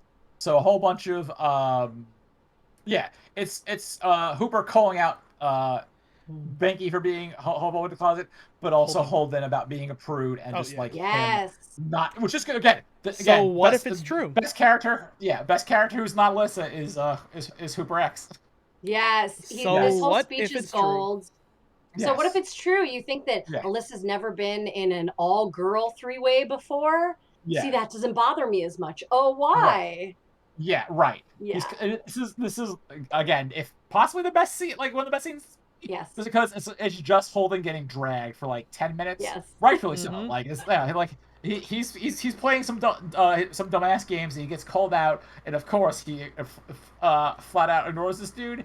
Yep. But what I also love is is towards the end of this whole exchange is make some dumbass. Oh, I'm sorry. Holden makes some dumbass comment, and Hooper's like, "Hey, gay is gay, but ugly is ugly." And then some kid walks up to him, and goes, "Hey, will you sign my comic?" And he goes, "Absolutely, a strong little man." Turns around and says, "See that man? He's the devil. He's Word the is bond." devil. Yes. Never take your eyes off him. Never That, yeah. take your eye off the man. But also, what I love, which is like a dumb Chris thing, I was like, oh, what comic is that? And I saw the fucking Avengers logo. I was like, Kevin Smith, you cheap piece of shit. At least give the man his kill. Like, you have the fucking cover of white hating word I'm not going to say. At least, like, slap that on like a 27-inch issue of Archie. And, let him Yeah, sign come that. on. You can print it out on your dot matrix printer. Right, yeah. Right. So, but it's one of those scenes that's frustrating. It's like, yes, he's finally getting some good advice that he should definitely take. And he's going to ignore it. Yes. That almost sounded convincing. Right. Mm-hmm. Beautiful. It's beautiful. And I love the intersectionality of this scene. It's one of the most progressive parts of the movie where he's talking about how he's gay and he's black and these things like, complicate his life in other ways. And like, it's just wonderful. It kind of called out a lot of the infighting that we're seeing. We're definitely seeing a lot today. A lot of TERFs are people who have also dealt with depression, which you don't want to tell someone who's dealt with depression, who is a lesbian who's dealt with depression, how to deal with something. But being hateful towards people just because you were treated with hate it ain't fucking it, chief. Like. I wish someone, like, as soon as he was like, I'm gay and I'm a gay man, but I'm also a black man. If someone was, I wish someone walking by was like, what about a gay black woman? Yeah. I would just watch his head fucking explode. Yeah. So. He would just say lesbian chic. It's so cute to be a gay girl nowadays. Right. Yeah, which he does mention, like, how, like, lesbians have it easier because everyone's, horny for them, and, whereas, like, a gay men, especially black, which, again, very good scene. It's very much, I feel like Kevin Smith is, like, covering his ass, but I mean that in a nice way, because it's, like, any argument you can make against Hooper, he fucking fires back, minus trans or anything past LG, not the alphabet. Yeah, it fucking... I love the use of a hockey rink for this fight. Yes. Oh, okay. Yes. So this scene took me a while to get through, and it's not a critique, only because it's so tense. It really is. It's so tense. I'll give Smith props for this. The way he combines what's going on in the rink and the music and the dialogue exchange. It is a heartbeat. You hear a heartbeat. Yes. Too. Cringe is like the easy way. It's tense. It's tense. It's tense. Nerve-wracking is what I want to go for. Not I only was is stressed. Not only is it beautifully tense, but it actively does things to break the tension, and that tension ain't being broken. No. Alyssa literally stands up and screams, "Punch him in the fucking neck!" Which is the least. I do love her, just like incorrecting, like saying the wrong terms on purpose. Also, can I make a quick side note? Sorry, this is off topic, but I kind of need to address this right now. It's super important. So it's Pride Month. We're teaming up with a trans streamer, Obsidia, to do raise money for Trans Lifeline. I put the link live earlier in chat, and Obsidia tweeted out. We set the goal at $500 just for, like, a fun month. That's it. We hit that goal. Hey! I don't know who. Yeah, I don't know how. So that's fucking. Did someone make a really generous anonymous donation? So I see. Okay, yeah, I see now. Yeah. Oh no. Okay. Yeah. No. Someone gave $400. Okay. That's it. Okay. Woo! Holy shit. Okay, so we're gonna have to fucking redo my Pride goals again. Cool. Anyway, back to the podcast. Yay! That's wonderful. These are what we call good problems, Chris. These are good problems. Yeah. Yes. That's a wonderful thing to stop for. Yeah, yes, sorry to absolutely. Yeah, that's fucking. I was not. Hey, listen. If you're listening to this podcast, in the future, and you're like, oh, they interrupted. Well, fuck you. All right. Yeah. Now back to our $500. Now back to our regular. So the hockey rink. Yes. Again. You know what this scene reminded me of? The tension in at the end of Boogie Nights. Ooh! That final scene with the firecrackers going off in the house. That reminded me so much of the tension in this scene, like where you're just like on a knife edge, and you feel your breath catching in your chest as you watch it. Yeah, love it. And her takedown of him is amazing as well. When she gets up and she's just stringing him along, She can read like him like a fucking book. yeah, like a fucking book. She's just like, Yes. oh yeah, and he was chasing me around the house with it. It was so funny. Like, oh, and then what did he do? He blew me while I blew him while Coey fucked me. Like, Even Yeah, better yeah. is who's sitting right next to them in that conversation. Rick Darris. Yeah. I also love the fact he's just like, yeah, dude, you know, I know what you're doing with this. What the hell? Yeah. Even I knew where you're going with this. Jeez. Yeah. Yeah, that's great. Yeah, that was every single line from Holden just like fucking kills me. Just that he's great in this scene too, by the way. He is wonderful. It's beautifully acted, but every single he thinks you think you fucking slick, you motherfucker. I'm gonna rip your fucking yee ass facial hair off and beat you with it. Right. This is generally good writing because, you know, it's just like, it's fucking him trying to put her on like the limelight and kind of like chip away at her until the confession. And Smith's like, oh no, I'm gonna fucking flip the script on you. I'm gonna let him do it, and then immediately calling him out on and turn it on hold. He looks like a bigger piece of shit than he is, and like that. Good writing. Like I fucking suffer through it. Like it's painful to go through, but not that's not a critique. Yep. That is no, that's a compliment. It affected you. It's Kevin Smith doing he was filming a haha funny scene. I mean, there's some humor to it. He's filming a scene to make you uncomfortable. Yep. To fuck it, and it's good. It's effective. It's good. It's if it didn't come from the best scene in the movie, I would say it was the best scene from the movie. Because when you feel hurt, when you feel wronged, you don't realize how fucking stupid you sound. Yeah, right. Yeah, and this is legitimately when I feel like a friend has done something to like hurt me or wrong me, I won't call them out of the blue and talk about it. I will record what I want to say and play it back because I'm like, I need to hear how stupid this sounds. I need to hear how fucking obvious I'm being. And if I feel like I'm being obvious and petty and stupid, I'm going to completely rewrite how I'm feeling and reapproach it because I'm like, nah, this is stupid. I'm letting my anger get the better of me when it's not worth getting angry about. And she can read that coming from a fucking mile away. And just that intercut with the brutal punches and the screaming. The fight on the ice. Oh, it's so it's poetic. Yeah. It's so good. It's one of those things. Like, well, this is like the third. There's always been a hockey reference in Kevin Smith movies because he's a big hockey fan. I'm not sure. That's my assumption. But this is the perfect. Is. Yeah, it's a perfect blend of like his love of hockey and then his love of like dialogue combined. And I again hate watching it because it's very tense, very nerve wracking, but it's effective and it's very well done. And then she tears. Oh, sorry. Go ahead. And then she tears into him after she storms out of the rink, and I love it again so much because I related so much to it. I've had my past history interrogated by romantic partners before. Right. People who really, really think it's exciting to date you because you seem like an exciting person, and then want to hang you for it when you start to hit a rough patch. There's definitely some. Go on. Sorry. Yeah, and like slut shame you and all of that. It's fetishization of sexual active people. Right. I'll say people because just as a broad term. Right. People. Yes. Not to, I'm not trying to say but don't not say but all men, but also because people don't. Yeah. Of course. It's like some people want a slutty person to be with, but they don't want the baggage or the history that goes with that. And I'm not trying to slut shame or anything. And it's shitty. Turning a hoe into a housewife. Yeah. It's really terrible. Yes. And the things that she says, these choices, good or bad, they're my choices, and I will not apologize for them, not to you, not to anyone.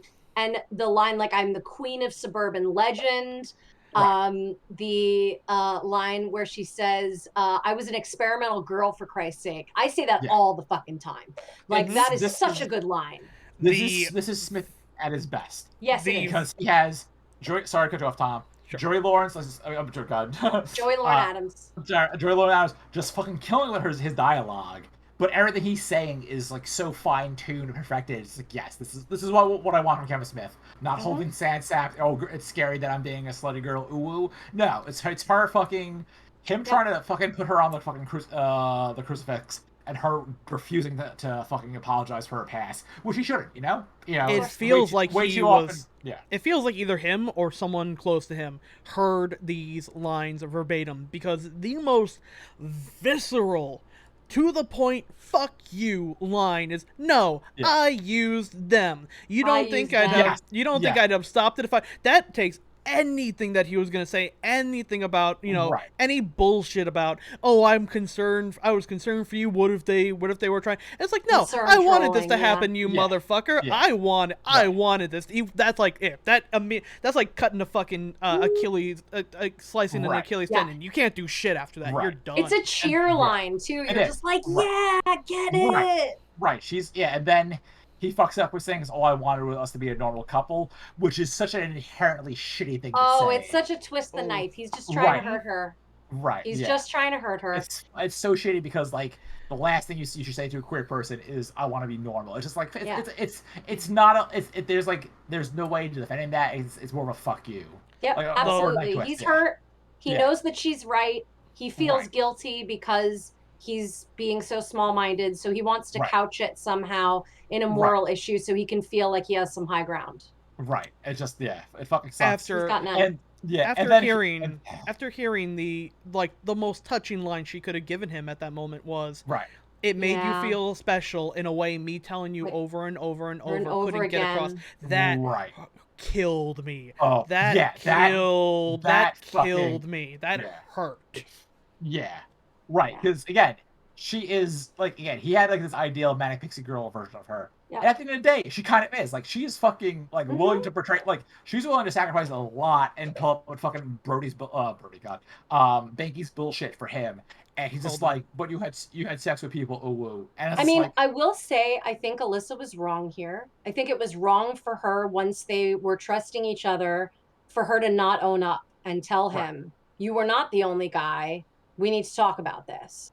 I think that would have been an important disclosure for her to make, and I'm glad that she apologizes for it. And because it's fair, and I think it really calls out what his rage really is, because if it was about being lied to, she just apologized for that, dude, and you're still being a shithead. Right. So and my counterpoint is, he could have been like, hey, listen, here's what's going on. He could have handled the situation a lot better. It's again a lack of communication. There is some fault in what she has, but it's just outweighed by the fault. And hey guys, it's time to remind you that we're in a Kevin Smith movie, because our next scene, back at the Jersey Diner, and finally Jay and motherfucking Silent Bob have showed up. And this is wild, because again, I've said earlier, a lot of this movie is Kevin Smith taking critiques of Mallrats and throwing it back at people. Because it's fucking Jay goes off about what's that gay baby shit you make me say? Snoochie boochies? Snoochie boochies? Who the fuck talks like that? Keep in mind, Jay fires off a nooch 3 times in this dialogue, which is wild. Do you still hang out? Do you still hang out at the mall? Nah, we don't do that anymore. Yeah. Oh, Jason Mewes was so high on cocaine throughout that entire shoot. Yeah. But it's also Jay, so it's kind of hard to tell, you know? Yeah.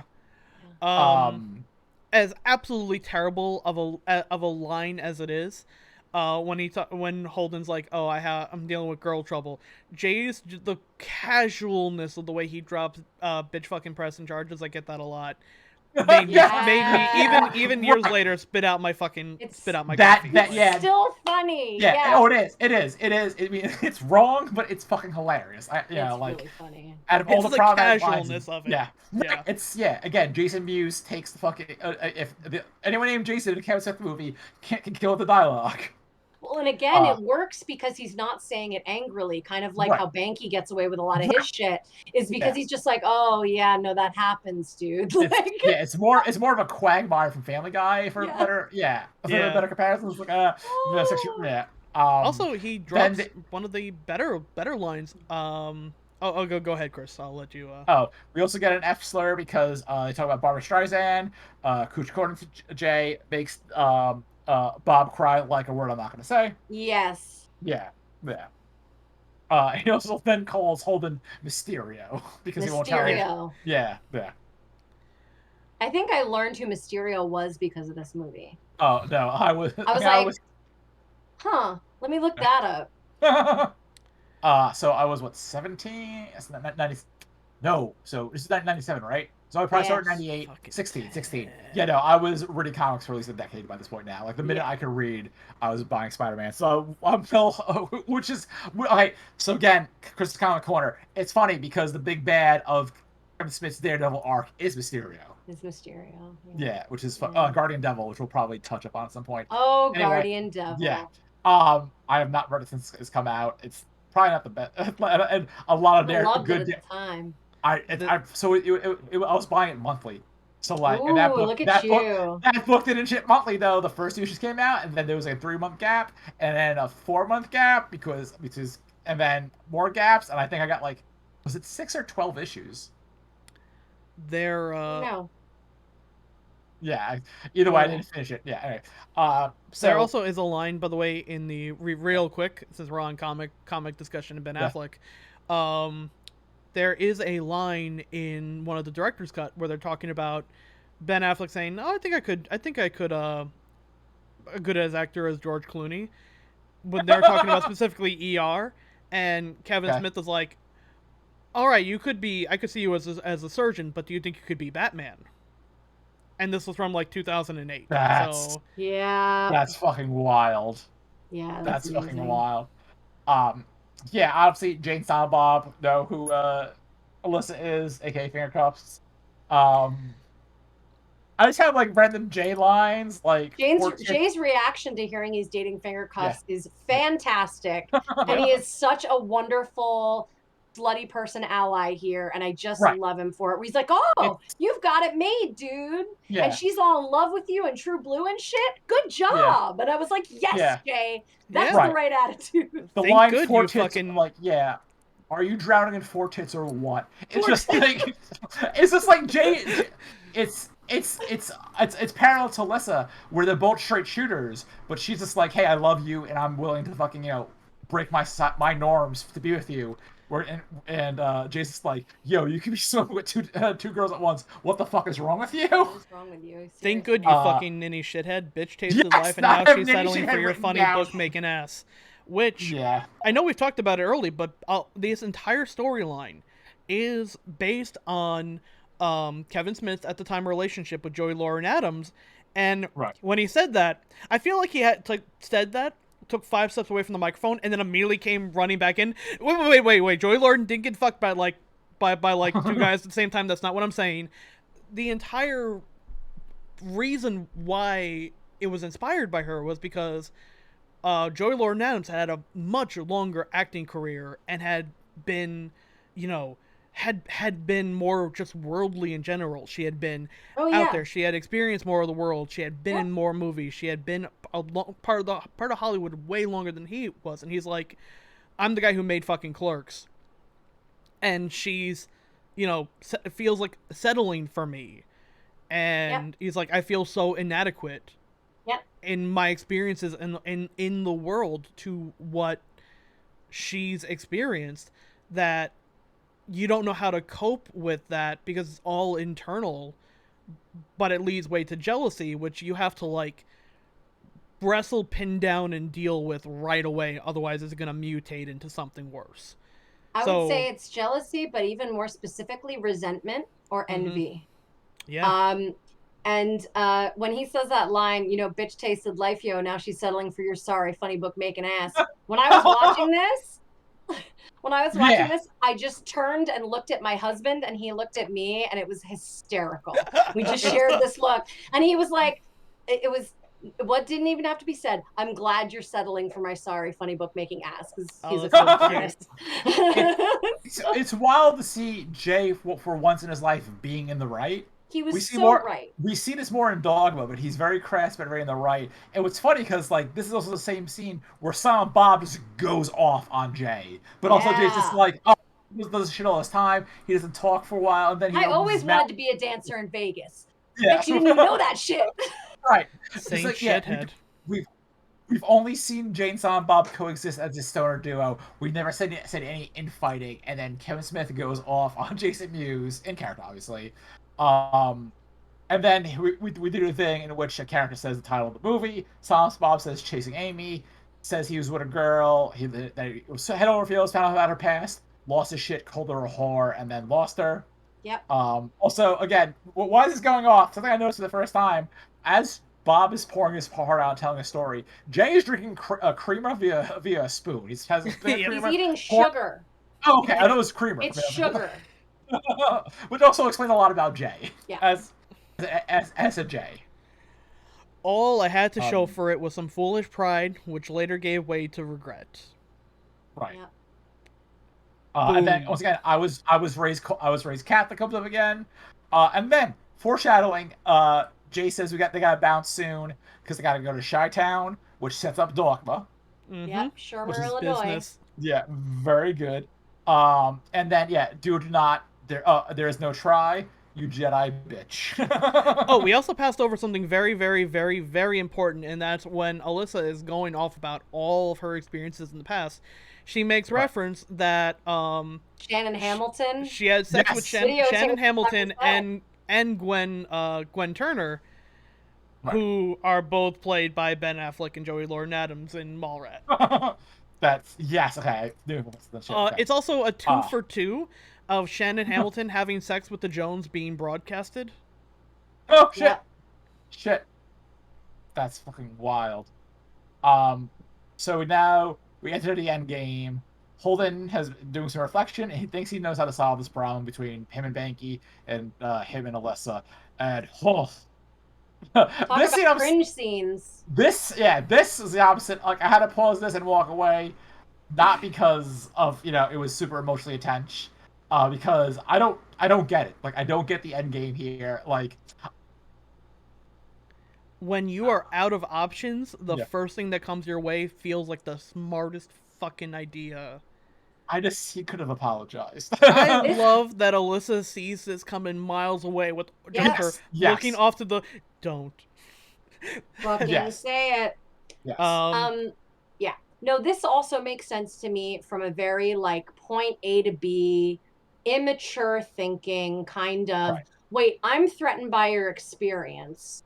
My friend has the diciest part is my friend has feelings for me, so let's have sex and that tension will be gone. Right. That is like a complete misunderstanding. No, if you're in love with someone and you have sex with them, that makes things worse. But of course he doesn't get it, and why would he? He's a straight dude. He doesn't understand. This is wild because again, you're not wrong. I was going to build upon that.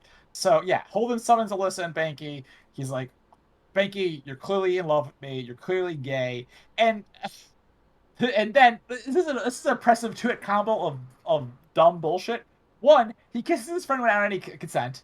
Yeah. Which what the fuck? And two, you just outed your friend in the worst, in possibly the most embarrassing way possible, outside of a megaphone in a church parking lot. So, like, as much as Banky sucks as a person, which he does, he didn't deserve that. Because he's clearly struggling with something. And he's like, oh, don't worry, I'm going to out you and then fuck you. That's going to resolve anything. Which, no.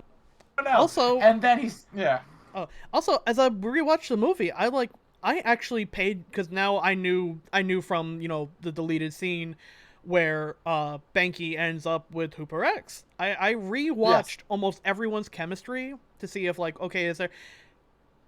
Banky and Holden have next to no romantic chemistry, but him, like, going back, and it's like, look at it in the mindset of he has a thing for Hooper, it is way more obvious. So it's like, it literally, like, Holden jumps the straight man, the bullshit stereotype that if you're a gay man or a bisexual man, you want to fuck any man that comes your way, because straight men feel like, oh, I want to fuck every woman that comes my way, so obviously gay men must feel, or bi men must feel the same way. It's a bullshit stereotype, but he immediately thinks, well, Banky is gay, so he must be in love with me and want to have sex with me. Like, calm the fuck down there, Freud. Yeah. Say if I was going to mark out anyone as demisexual in this cast, it's going to be Banky. He really strikes me as somebody who talks a lot about, like, sex, but he always is talking about, like, either crazy teenage sex or like masturbation. Like he's not really, he doesn't really have a sex life. We don't see him really talk about wanting to get laid. Like There's he no doesn't seem intimacy. to be, yeah, he doesn't seem to be a really sexualized being in this movie in this period of time.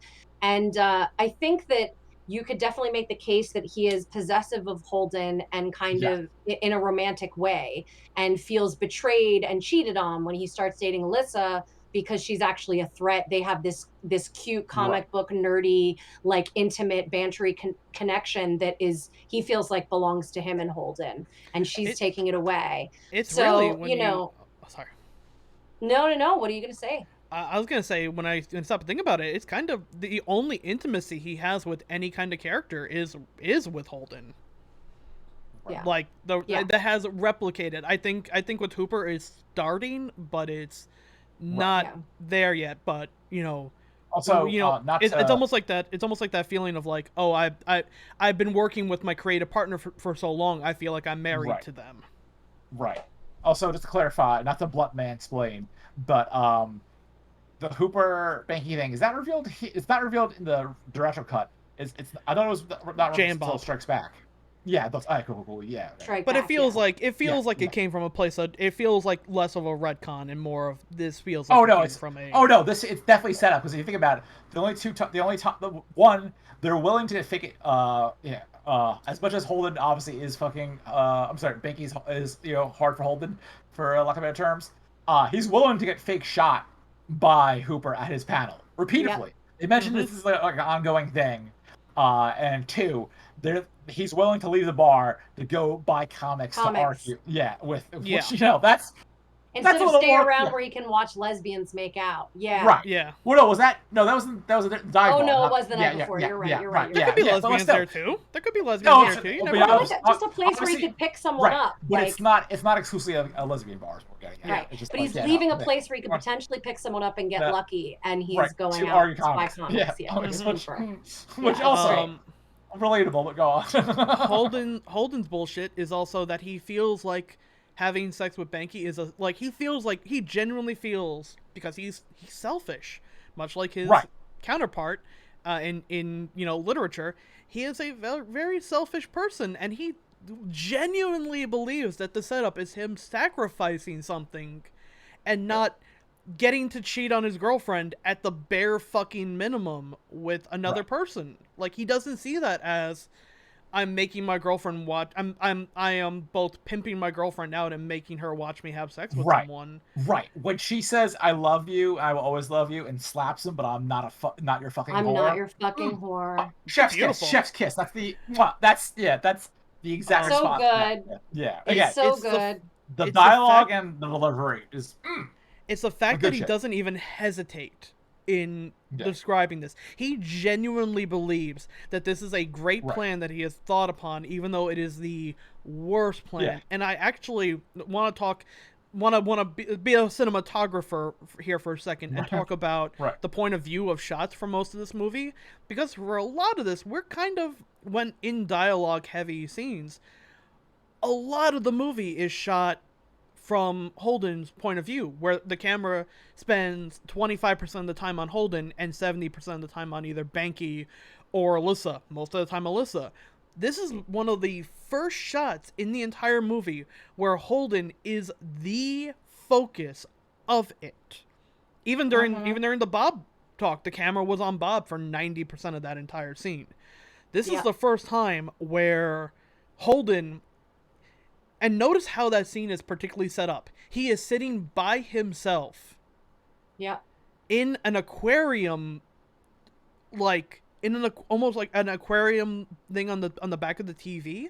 So there's obvious distance between Banky and Alyssa, but the camera is focused on him. He's putting everything on display like a pet. And also, he is completely in frame of, the fish scenario, completely submerged himself underwater. He's drowning and he doesn't even realize it. Yeah. Yeah, it's a dumb plan, and I'm glad it blows up in his face immediately, because Alyssa, chews him out, slaps him, walks out. It's even Holden doesn't even. terrible. I mean, Banky It's doesn't even even say anything. He just leaves. it's even Banky's response to the proposal though is so fucking funny. Talk about a tension breaker. oh, Like the way he delivers that line where he just like looks over to Lissa, looks at Holden. Sure. Love it. So funny. It's so Right. funny.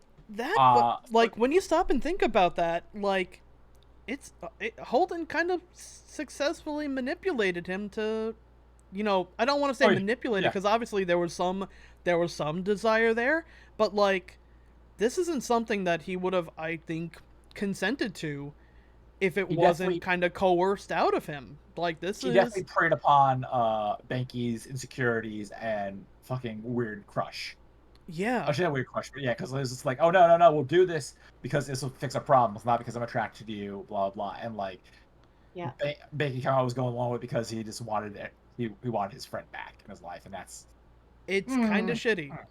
It is like it's shitty for what he did to Alyssa, but like Alyssa's also able to call him the fuck out on it. But what he did to Banky there was also really unbelievably shitty. Well, and I mean, I feel like Banky is kind of sort of not looking at it where it could go. He's not considering like the emotional ramifications because I don't think he takes the idea that I don't think that he takes the idea that he could be gay that seriously, and he figures, well, screw it, we'll have some weird sex together. It's a story. This chick is hot, even though maybe we don't get along that well. Why not? He kind of has a why not attitude. But of course, if the argument that Holden is making is legitimate for Holden, that this guy's secretly in love with me all this time, like it's the worst thing you could emotionally do to someone to then have casual sex with them. While they're still figuring that out. and it's it's not like he's above that, because when Alyssa declines, he immediately like tries to persuade, manipulate her into that. You could do this with them, but you can't do it for me. Yep. Yeah. That fucking sucks. Yeah, it's just funny. Funny. But it's his he's a perfect tragic character because he misunderstands. He genuinely misunderstands. That makes sense to him. Wait a minute, you can take it from two guys whose names you can hardly remember, but I offer you something that's about love and you say no? What does that say about me?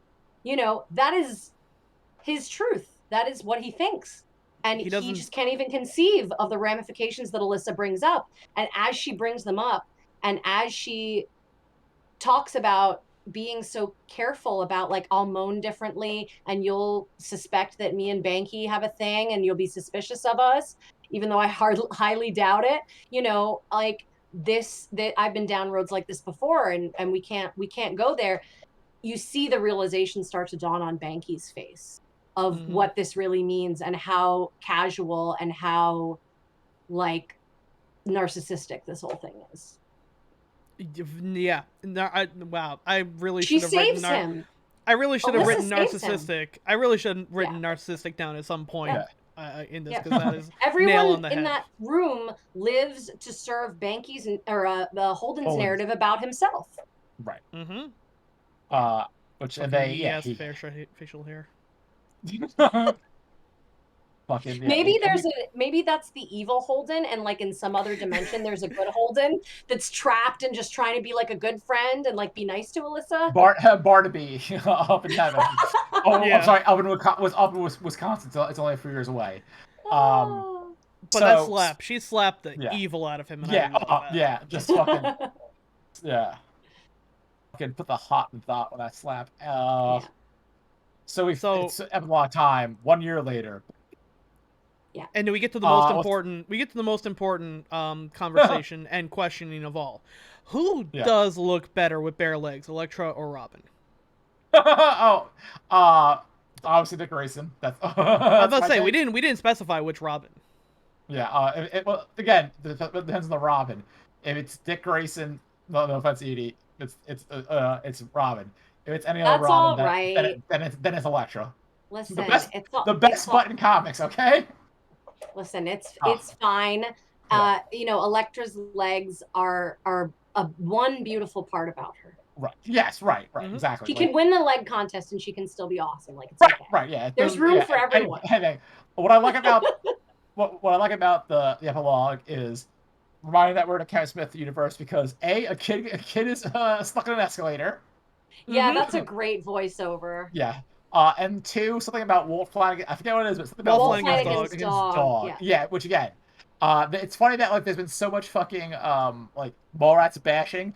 Then we get to the epilogue, and the first thing they do is just back-to-back Mallrat references.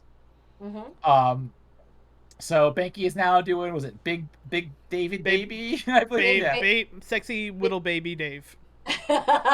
Baby Dave. It's just Baby Dave. Baby Dave. I know it's not William, but William's there screaming about how that's a reference to DP Dave Klein, who's the director of photography on the film. Okay. They call him Baby Dave because he's bald. Okay. And he has a cute face, so they're like, it's Baby Dave. That's... Oh, thank you for that, Kevin Smith lore. You're welcome. I'm here with my View Askew hockey jersey, ready to tell you. Yeah, I didn't want to say like blunt mansplaining, but it is fun to say. Total blunt mansplaining. So yeah, obviously the cartoon didn't happen, or will it? Chronic's dead. Is it Bluntman or Chronic's dead? Chronic is dead. Chronic's dead. Yeah. Chronic's dead. No Chronic, no Chronic, no cartoon. And what's fucking wild is I'm fairly certain there is like a in-universe Bluntman and Chronic comic. There is. I think that was what Smith and Jim Mahfood were covers by Mike Allred. Yeah. I think you're right. Let me see. I had it. Was it straight to graphic novel or was it a miniseries? No, it was. I think it was just a one-off comic, honestly, or maybe 2 or 3. It may have been like a prestige one-shot, maybe. I think it might have been. Yeah, I definitely read it. I could not tell you where my copy is. I had they did a little trade of it. I remember this. I had this thing. Okay. Yeah. I have it somewhere. Yeah, I think I may have sold my copy. I'm not sure. Let's see. It was. Yeah, Mike Allred co-created Bluntman and Chronic. Right. Let's see. Yeah. There were 3 issues. Paperback Oni Press. Okay. Portrayed as a collection of the 3 issues written by Banky and Holden and Chasing Amy. It was written by Kevin Smith with art by Michael Avon Oeming and Neil Vokes. Oh, okay. The dude who co-created Powers with Bendis. Okay. Okay. Yes. Okay. Yeah. Correct. Yeah. Okay. Cool. Okay. Mahfood did the Clerks one shots. Yes, he did. Yeah, and then I think Duncan Rolento did Chasing Dogma. We're doing Chris Comic Corner again. Speaking of which, as Banky is listening to William scream about dick jokes and big dick babies, whatever, we see Holden stand there with, "Hey guys, it's Jimmy Paoletti and Joe Quesada," and this is where things get weird for Marvel because this is 97, 98. Marvel starts the Marvel Knights imprint, which is the flagship book is Daredevil with Kevin Smith, Jimmy Paoletti and Joe Quesada, Black Panther by Christopher Priest and Mark Cicera, Inhumans with Paul Jenkins and Jay Lee, and The Punisher by Chris Golden and someone else. It's a bad Punisher book, don't read it. Within 3 years, Jimmy Paoletti's writing more books. I think 3 years, Paoletti's actually writing Deadpool, and Joe Quesada is editor-in-chief of Marvel. Yeah. And it's just wild to see that happen. And I think Smith come back to Marvel a few times to various degrees of failure. He did a really, really bad Spider-Man miniseries with Black Cat that no one should read. I have that. Yeah, I was buying that, and he also did some Green Arrow. Yes, that's good. It's Green Arrow. Yeah, with, Green Arrow's good. It was great with Phil Hester. Yeah. Yeah. Yeah, I think it was Phil Hester. I don't know, dude. Yeah. Anyway, so that's a fun little like foreshadowing for future stuff. Holden and Banky see each other, and they do. All right, so this is my ignorance. They do some finger stuff, and I don't know what that finger stuff means. You want me to tell you? Please finger explain. Okay, I'll finger explain to you. Thank you. So you're welcome. So he holds up the comic and he points to it, and he just points to it and he gives him a thumbs up like, this is really good. And Banky's like, what are you gonna do? And then he Banky points off screen like, hey, did you see? And Holden goes, yeah. And what he's doing is he's pointing toward Alyssa's table. Like, did Oh, you okay. see Alyssa's here? And then he Right. looks at him and he goes, you should have a shared moment. Mm-hmm. And Okay. Holden goes, Ah, crossing my fingers that we get to have a shared okay. moment. Okay. It's a shared Okay. moment.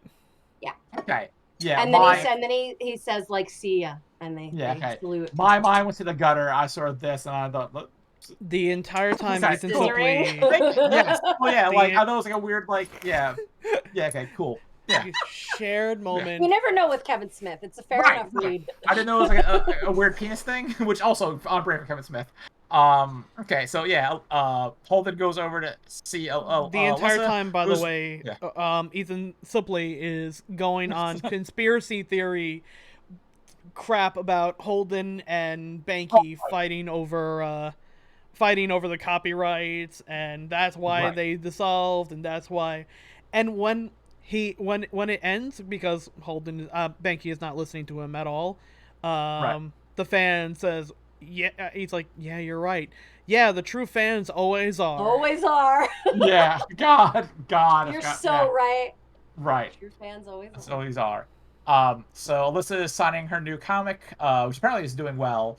Yeah. With her girlfriend there. Her girlfriend goes up to get them some drinks after a bunch of nerd shaming, which was, Sucked. Yeah. I mean, it's a new world for her. She doesn't understand it. Right. Holden hands her a copy of Chasing Amy, the name of the movie, which is the more personal Mike Allred drawn comic regarding his relationships and whatnot. With an unchanged name, Alyssa. Yeah. He fires off the line, I find something personal to say, and he says, if you like it, give me a call sometime. And he leaves, and said girlfriend comes back, goes, who is that? And she, Alyssa says tearfully, some guy I knew, right? Oh, just some guy I knew. Yeah. Fun fact, her girlfriend is Kevin Smith's sister. Oh shit! Mm-hmm. Okay, yeah, I saw her name in the credits. I wasn't sure if that was his wife or his sister. His sister. That is his cool. sister. He hadn't met his wife yet. He's still dating Joey Lauren at this point. Oh wow! Okay. Yeah. Okay. That explains the credits then. And then go on. I was gonna say, apparently, I don't know where they confirmed this, but they apparently meet once a day for a cup of coffee and to catch up. Oh. Who does? Alyssa and Holden. Every day? No, once a year. Once a year. Yeah. Okay. Yeah. One day a year to connect. Because I know we obviously get some follow up with Banky and Holden in Strikes Back, and I don't know what happens. I still haven't seen Strikes Back. Wait. No. So it's like Reboot is the Reboot. Yeah. Mm-hmm. I haven't seen Reboot. I was gonna say I haven't seen that either. I am purposely saving. I got spoiled for the Chasing Amy conclusion in Reboot on another podcast I was on, but I won't say anything. I'm purposely saving Reboot. That's gonna be like our grand finale because I haven't seen it yet. Well, I haven't seen it, but I'm excited by what I heard. I'll put it that way. And then Tom and I have to watch the Transformers commercial where Jay and Silent Bob get really excited about the Optimus Prime that self-transforms. Yeah. You gonna watch the old MTV commercials too? We'll throw. We have to figure, we're probably gonna do one of just like every like miscellaneous thing. Probably covering the same as the Degrassi. Degrassi, the stand-ups. Yeah. Yeah. Well, I think it's stand-ups we could probably do on our own. So the dog was over. I like it a little more now that I talk to y'all, but like, I still have my I still have my I think it's fair to have issues with it. I mean, of course, it's always all your feelings are fair always, but even I would never want to like argue you out of those reactions, and I think I think a lot of those reactions represent the real life tension that there were around these identities and issues and people, and it really tells a story of kind of what it was like at this time to be questioning and be on this journey. And like, if I like, the whole concept of like gold star gaze, that ties into this film. And that's like a modern term of like, oh, well, I'm a gold star gay if I've only ever slept with the same sex. Right. Somehow I'm an elite for doing that. And that, trying anything else, even for a moment, means it's like you were saying, Tom, about like purity, and taintedness. You're tainting your gayness. And so, it it really speaks to a lot of that, and I love that about it. It Sexuality made me is feel, a journey. Like you yes, cannot cut the journey part out of that. yes. And there was a big part of me that, even as I was, uh saying I was bisexual and had come out as that because I'd never like long term dated a girl, I'd only had like short relationships with women, like that in college I felt like, oh, can I really, like, deep down I was worried, like, am I not good enough? um can I not, claim this? Is that wrong? Like, am I appropriating? I you felt know that way too. I'm like, I've only, I've only been at first base with a man. Do I right. have a right to call myself? But at the end of the day, it's about you. You Yeah, get to define your gender identity, your orientation. They are separate from each other. You don't have to suck 37 cocks in order to get the check mark saying, all right, well, now you're yeah, gay in a row. Even yeah, like yeah, you, it's all you. And you know yeah, what? 37. Your identity can fucking change, absolutely. which Yeah. is Because great. you change, because as a person you change over time, and you have different experiences, and you look back on who you were and decisions you made, and you think, oh my gosh, at the time I felt so sure about this thing I was doing and this person I was dating, but now that I look back on it, I realize I was still traumatized from this other thing that happened in my life, and I was clinging to this person for security or for a distraction, and I thought it was love, but like I think I was just being manipulated. But at the time, if you talk to yourself, you'd be like, I love this person, excuse me, this Yeah. relationship means a lot. Oh, for And it's sure. like, Yeah. as you grow, you get different perspective. Like, that's just, if you're Yeah, not doing that, are you even really living life? for sure. And I had a friend who was kind of like saying something about being a good ally, and she was saying this on Facebook, and I like messaged her. I was like, you're queer, yeah? Because, like, this person had said, like, oh, had admitted having a crush on me, and it was a woman. And I was like, wait a minute, I'm sorry, you're queer, why are you saying ally? And she's like, oh, well, I don't really do anything about that part Right. of myself, so I don't feel comfortable saying this, that, and the other. And I wrote back and said, you know what, you call yourself whatever you feel is right, but Right. just so you know, there's no threshold of women you have Right. to sleep with to Mm-hmm. Right. qualify as bi, and there's Right. no amount of bigotry you have to endure to call yourself Right. queer. Like, there's not a threshold. And it's like, ding ding ding, you made it. Like, Yeah. No. The that's only time bullshit. the only time I take offense to that is like the bi erasure, or when you get to turfy stuff. Because sometimes I know people who are like, oh, blah blah blah blah. I was like, but yeah, but like, also both sexes. What do you mean when people say, oh, I'm gay now or something? Yeah, it's like, or are you There gay, or are you just like not overlooking the bi factor? Yeah, Right. there's also some people who are like, oh, if you're a lesbian but you're dating a trans woman, you're not really a lesbian, which Yes. Oh is Also. God. Yeah. fucking Yeah. Get the Right. disgusting. fuck out of And here Yeah. with yeah, that Yeah. shit. Yeah. it's Also, terrible. It's disgusting. Get out of Like, here with yeah, that. Terps could No, also sit. Terps. Terps can sit with the cops at Pride, which is For as they real, can. they really They can't. They can. can't. That's where they need to They can go. They fuck need to off. go to the NYPD Pride. That's what they Right. deserve for Which is being at the Terps. bottom of the ocean. These are the Anyway, people yeah. that you're this was Um, throwing in very there. good. Edie, thank Yeah. you so much. there Oh my was gosh, there it was is so great to be with you Yes. guys there again. is there is Yes. one last scene right before ending, and I didn't pick up on it until I actually saw it again this time, Right. and it's that entire theory of like, there's someone for everyone. You're gonna find Oh, someone who gets yes. you. Yes. At the very beginning, like, the movie is a perfect bookend of it starting and ending in the same place, and the last shot, both as they're pulling away from, or as they're pulling into the comic convention and when they're pulling away, at the very beginning of the movie, there's someone in a very peculiar cosplay who has Right. like an Like the artificial, black like, tubes Yeah. yeah, The off brand Borg. board, yeah, yeah. Yeah, because they don't want to get sued by Paramount. and they are just by themselves. That's Right. right, And a yes. year Yes. later, they start coming into frame by themselves, and then another person in the same outfit comes up. Right. They Comes hold up and hands finds and Right. them, walk yeah. out. So it's Yes. that feeling of as the line says, what you destroy today, you'll regret tomorrow, in the great final song from Soul Asylum.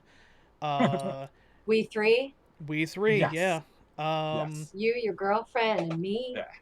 It Um, It's is One of beautiful the ending. best things I'll say to end about Kevin Smith is the little asides and the little drop-ins in the world around his characters. He does that so well in so many of yes. his movies where, Right. to break the tension or to have a silly quick scene with a kid and you get the feeling that there's a larger universe happening around these Right. people and it's Yeah. genuinely funny, or like you point out with the couple at the end, it's like Yeah. poignant, and I love that about his Mm-hmm. work. Yeah. Or at the very Um. beginning when they're playing darts and steal your reserve, and Yeah. Right. what is brace yourself and steal reserve. Like, Yeah. a good director cares about every single bit of cinematography in their movie. Yeah. Every little thing should be there for a reason. And I feel like he did that perfectly with Clerks, with Dogma, especially with Chasing Amy, and then you felt its absence in Mallrats, as he didn't have Yeah. kind of complete control of that shoot. Yeah. Yep. All right, So so I we just are wanna we got to do one more thing. At the end it says Jay Silent Bob will return in Dogma finally, which Right. is Yep. right. I think the first time they actually got it right, Yep. because right, because at the end of Clerks, I believe they Called out Dogma. yeah, no, they said At the Jay Silent Bob will returning chasing Amy, which was not the case because Mallrats came out. Then we got Mallrats, and then that was what was Mallrats? I know fucking Dogma was Clerks 2, which didn't happen. Oh, that wasn't next that line. Lee Clerkin. Yeah, keep clerking. Where is? Yeah. Then so Mallrats is right. Mallrats says the return in chasing Amy, which you Okay, got and right. yeah, Okay. Dogma Yeah. was called out in Clerks. at the end of Clerks. Yeah. Clerks. Yeah. Yeah. At the end of Right. Clerks. Yeah. Yeah. Okay. So yeah, that's where we are on the Jay and Silent Bob status alert. All right. So once again, thank you, Edie, so much for coming out again. Always a pleasure to have you. A blast talking Kevin Smith stuff. We'll be back. Bisexuals argue about chasing Amy. I had dreams like this when I was a teenager. Honestly, I'm sure Kevin Smith did too. I feel I feel like this movie is very appropriate that it has a Catcher in the Rye, because like I said, that is a book that I have multiple times in my life come back to, and I hated it when I read it at 14. I loved it when I read it again at 17. I hated it when I read it again at 19. There was like 1 week where I'm like, you know what? I think this is, you know, to me a really good piece of literature. You can, because empathy empathy is kind of a learned trait. It actually extremely is a learned trait. And the Yes. more you learn, the more like you kind of, I feel like almost any good literature you can read it multiple times in your life and get something new from it. Even if it's like Holden's a piece of shit, Holden's a misunderstood piece of shit. Holden, I relate to him, so I get why he's a piece of shit.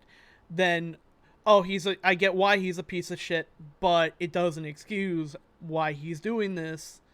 Yep. And then, like, finally they're like, okay, he in his age, situation, mental state, I get why he did what he did. Like, it's a path to understanding. Yeah. And I feel like Chasing Amy is, like, it felt way more mystical when because I saw it for the first time when I was like, 16, really only kind of entering the dating world, like the serious dating world. Sex was like kind of just coming to like kind of being a thing that went from being a thing that you heard about to something that like, oh wait a minute, you guys are all having sex too? What? How? It's really like Kevin Smith has described this movie as a coming of age story more than anything, and as like he's like, this movie is gonna mean a lot of different things to a lot of people, but to me, what it means to me, he's like, I am the target audience of this movie. which is a really Yeah. interesting way for a director to talk about a film. Yeah. Okay, so just to remind everyone, so we're back tomorrow, 8 p.m. I believe it is Trevor. What is Trevor doing tomorrow? Oh, Trevor is doing Corpse fulfilling a Killer. blood. Yeah, Trevor's fulfilling his blood debt after losing to Tom in the Resident Evil Mommy race. We'll be back with Jorts next month with the first look at Clerks Animated Series, which I'm very excited to rewatch. Holy shit!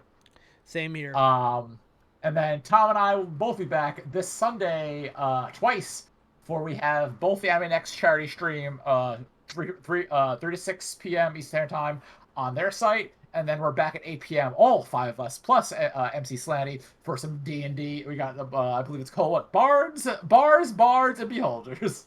I'm very excited to play with you all again. I love that. Edie, please plug anything people could watch or follow you on.